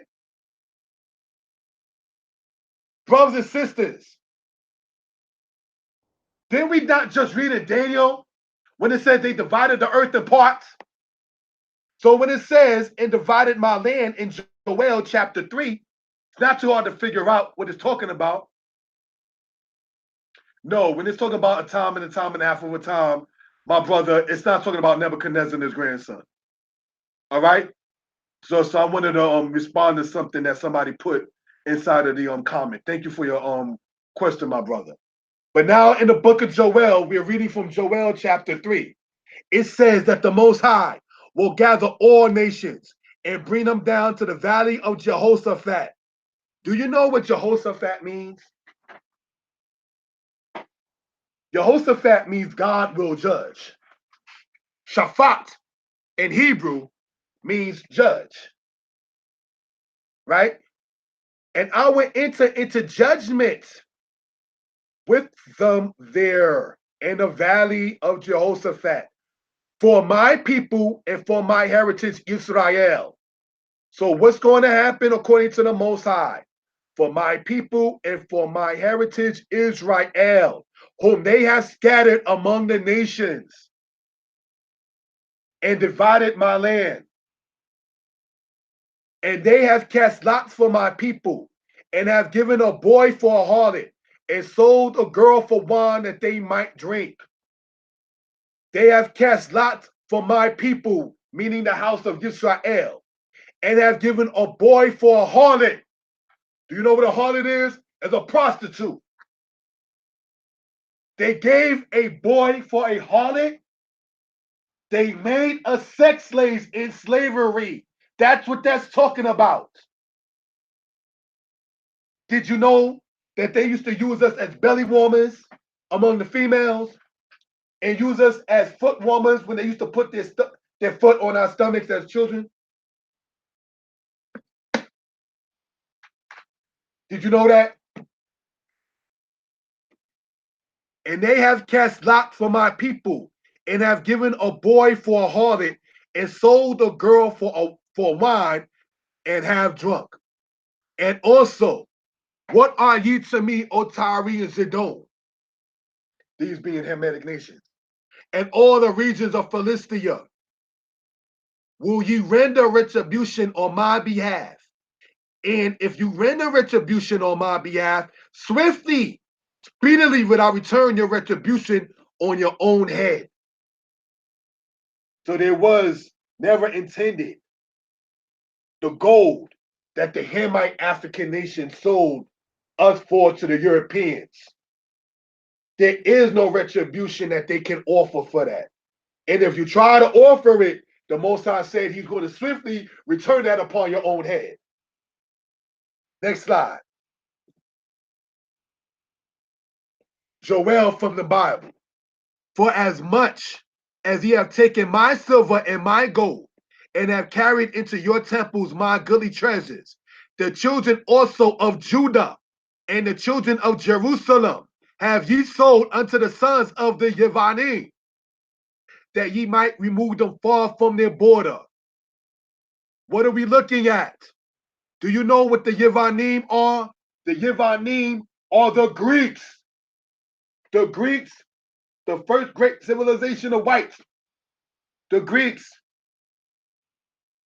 What does it say? The children also of Judah and the children of Jerusalem have ye meaning the Hamites, have sold to the Greeks, that ye might remove them far from their border. Right? They sold us to the Greeks. Now, let's understand something on why we're going to get into that particular regard. Right? Do you know that Portugal was the first people to be involved in the slave trade? Did you know that Portugal is a branch of Spain? Did you know that Spain, hold on one second, my brother, I'm trying to type something in. Did you know that Spain was settled by the Greeks in the 8th century BCE? Spain, known in the Bible as Tarshish, is a descendant of Javan. Javan, as we see right here, when it says what? The Yevanim are the Greeks. Yawan is the Greeks in the Bible. Tarshish is a descendant of Yawan. So therefore, Portugal is a descendant of Spain. Spain is a descendant of Greeks. So when it says the children of Judah and the children of Jerusalem were sold into the Greeks, that's still talking about the Spaniard people. The first was involved in the slave trade, that ye might remove them far from their border. And Yah shall roar from Zion, and utter his voice from Jerusalem, and the heavens and the earth shall shake. So in the New Testament, when they tell you about earthquakes in diverse places, they just got that out the Old Testament. All right? And it says, and the earth shall shake, but the Most High shall be a refuge unto his people, and a stronghold to the children of Israel. So shall you know that I am Yah Eloheka, the Lord thy God, dwelling in Zion, my holy mountain. Then shall Jerusalem be holy, and there shall no strangers pass through her anymore. No strangers passing through there anymore. Brothers and sisters, while we are in our enemy's land, and brothers and sisters, while we're going in history through that aspect that we're just looking at, this aspect that we were looking at, and this aspect that we were looking at, this aspect that we were looking at, and brothers and sisters, this particular aspect that we were just looking at this weekend. When we get back home to our land, and it already talked about the judgment given upon the nations, Brothers and sisters, there will be no aspect of somebody talking about a check. There will be no rainbow coalition under Jesse Jackson because the Most High already has his judgment set upon them. So they talking about reparations or just trying to buy our time to make us feel more sympathetic toward their enemies. And so therefore, we would sit there and say, well, not really that bad. But I can almost promise you that our people didn't even know of the situation that we see right here. Did you know that? Did you know about the pregnant women hung upside down with the babies being cut out? Did you know that? Did you know that Congress still got the records of the slave ships? Did you know that the records of the slave ships is located in Yale University? Oh, there's no record of any slave ship. Because they didn't expect, I'm sorry to say it, they did not expect us to read and they did not expect us to deal with college. Yale University in Connecticut has the records of the slave ships. So these people going online talking about you ain't get off no damn ship. Yes, you did. You understand? Let's go on. Ezekiel chapter 39 from the Bible. Therefore, thus saith the Lord God. Now, when I bring back the captivity of Jacob, Yisrael Yashub will return and have compassion on the whole house of Yisrael. Pardon me. And I will be jealous for my holy name. And they shall bear their shame and all their breach of faith, which they have committed against me, when they shall dwell safely in their land, and none shall make them afraid.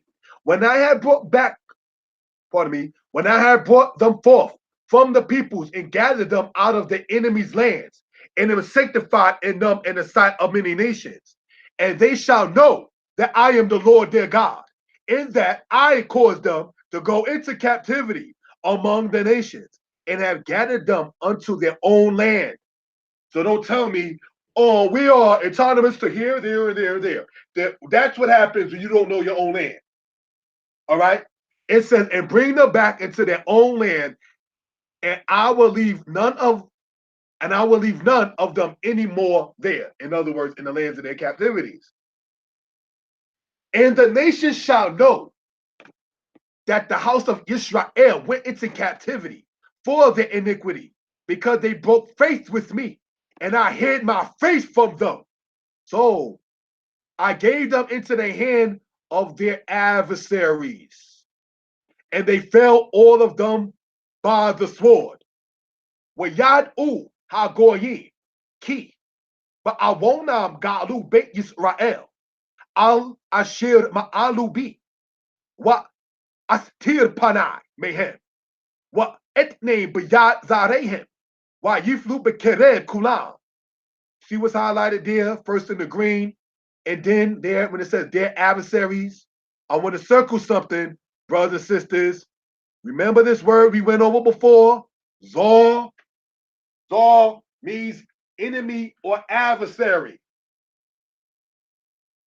That's when you get the word mazer, meaning trouble, mazur, meaning distress, mizrayim, meaning double straits. So their adversaries, zarehem. You got to understand Hebrew to understand that. As we went over in a video that can be put on the edit aspect of this called Why is Mizraim Not Translated as Egypt Correctly? So Deuteronomy 28 verse 68 is not talking about Egypt in Northeast Africa. Next slide. Yisrael Yashub. Neither will I hide my face anymore from them, for I have poured out my spirit upon the house of Israel, saith the Lord God. Yisrael Yashub. That's what that says right there. Yisrael Yashub. Israel shall return. As pointed out scripturally, as pointed out in prophecy, as pointed out by Israelites who went back into the land, as pointed out by us waking up to who we are and who we return to. You see? So let's understand that for edification purposes. All right? So there will not be no misunderstanding of what we're talking about. Yisrael Yashub. Israel shall return. That's the point in this particular aspect.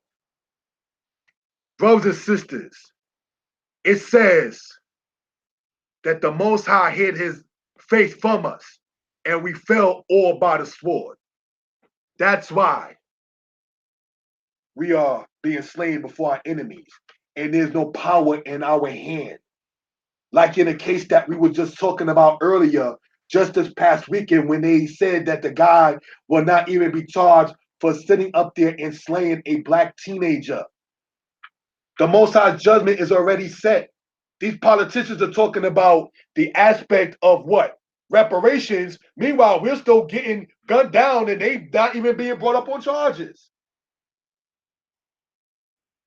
So how you going to talk about reparations? You still doing the crime. But it's already set in judgment what the Most High will do with them. So there is no reparation to be given. All right. Support the business, a healthy drink. Go online and order the juices. Brothers and sisters, I have had them myself and I can vouch that it is good. And you can go to this particular email, Athaliahs, ATHALIAHSBEVERAGES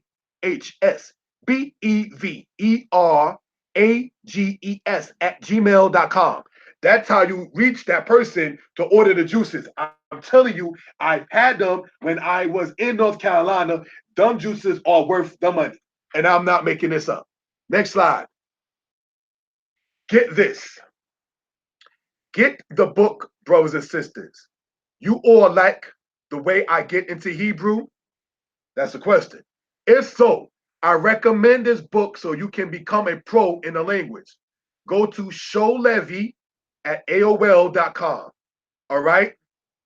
Showlevy@aol.com. And that's how you can order that book. You're not getting this book on Amazon. All right? So you like the way we went into the Hebrew? Get into this book so you can learn it yourself. What beats? Right? Asking the question there. I have heard the brothers beats and I recommend one patronizes. Now here's my 2 cents. When I get a PowerPoint together, certain music motivates me to teach. So you want to go to Soul Yah on YouTube, all right, and subscribe to that channel as well, or LE_COLOSSALE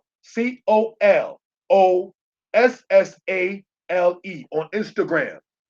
So these 2 aspects right here is how you can sit there and get beats from the particular brother.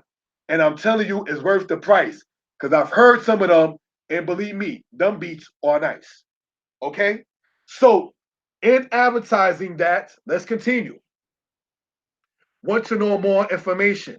Contact me, 908-587-4841 or at kashubhut@gmail.com. Care to support or donate? Go to hkashub@yahoo.com. That's the PayPal. All right? I want to emphasize that particular aspect. All right? This here is PayPal for those who care to sit there and patronize.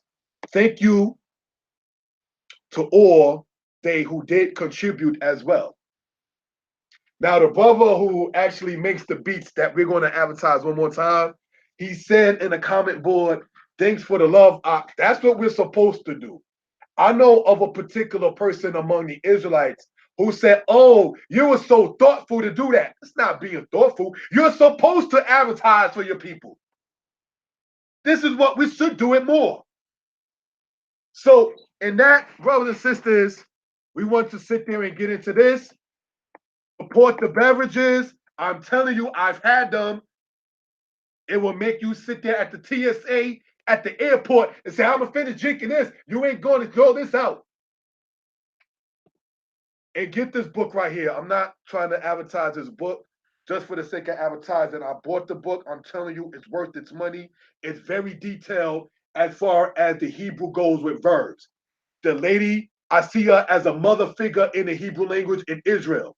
All right, go to showlevy at AOL.com. It's worth the price. Trust me. And as stated, the brothers' beats that you see right here, you can go to any one of these right here and do business with the brother. Other people do it with their own. And for those who are interested, you can get this book on lulu.com. All right, Lulu, LULU.com.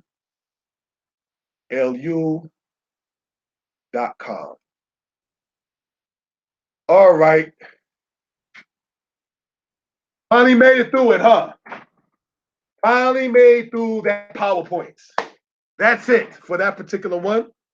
Brothers and sisters, are there any questions, comments concerning this kind of subject or anything of that sort?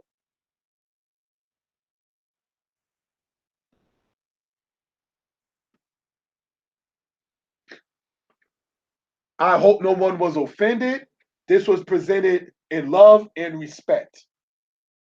This is not a knock on ancient Egypt. This is just showing the difference that the conscious community has pimped Egypt and then tried to drag Israel under the mud, and we are responding to such.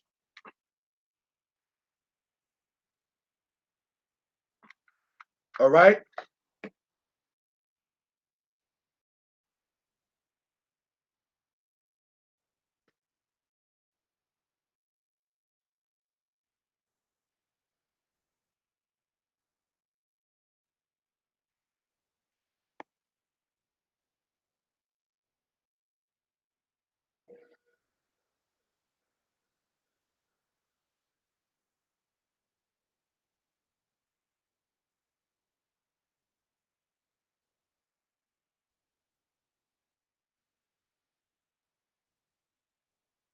I'm going to say shalom and barakah, peace and blessing. Shalom.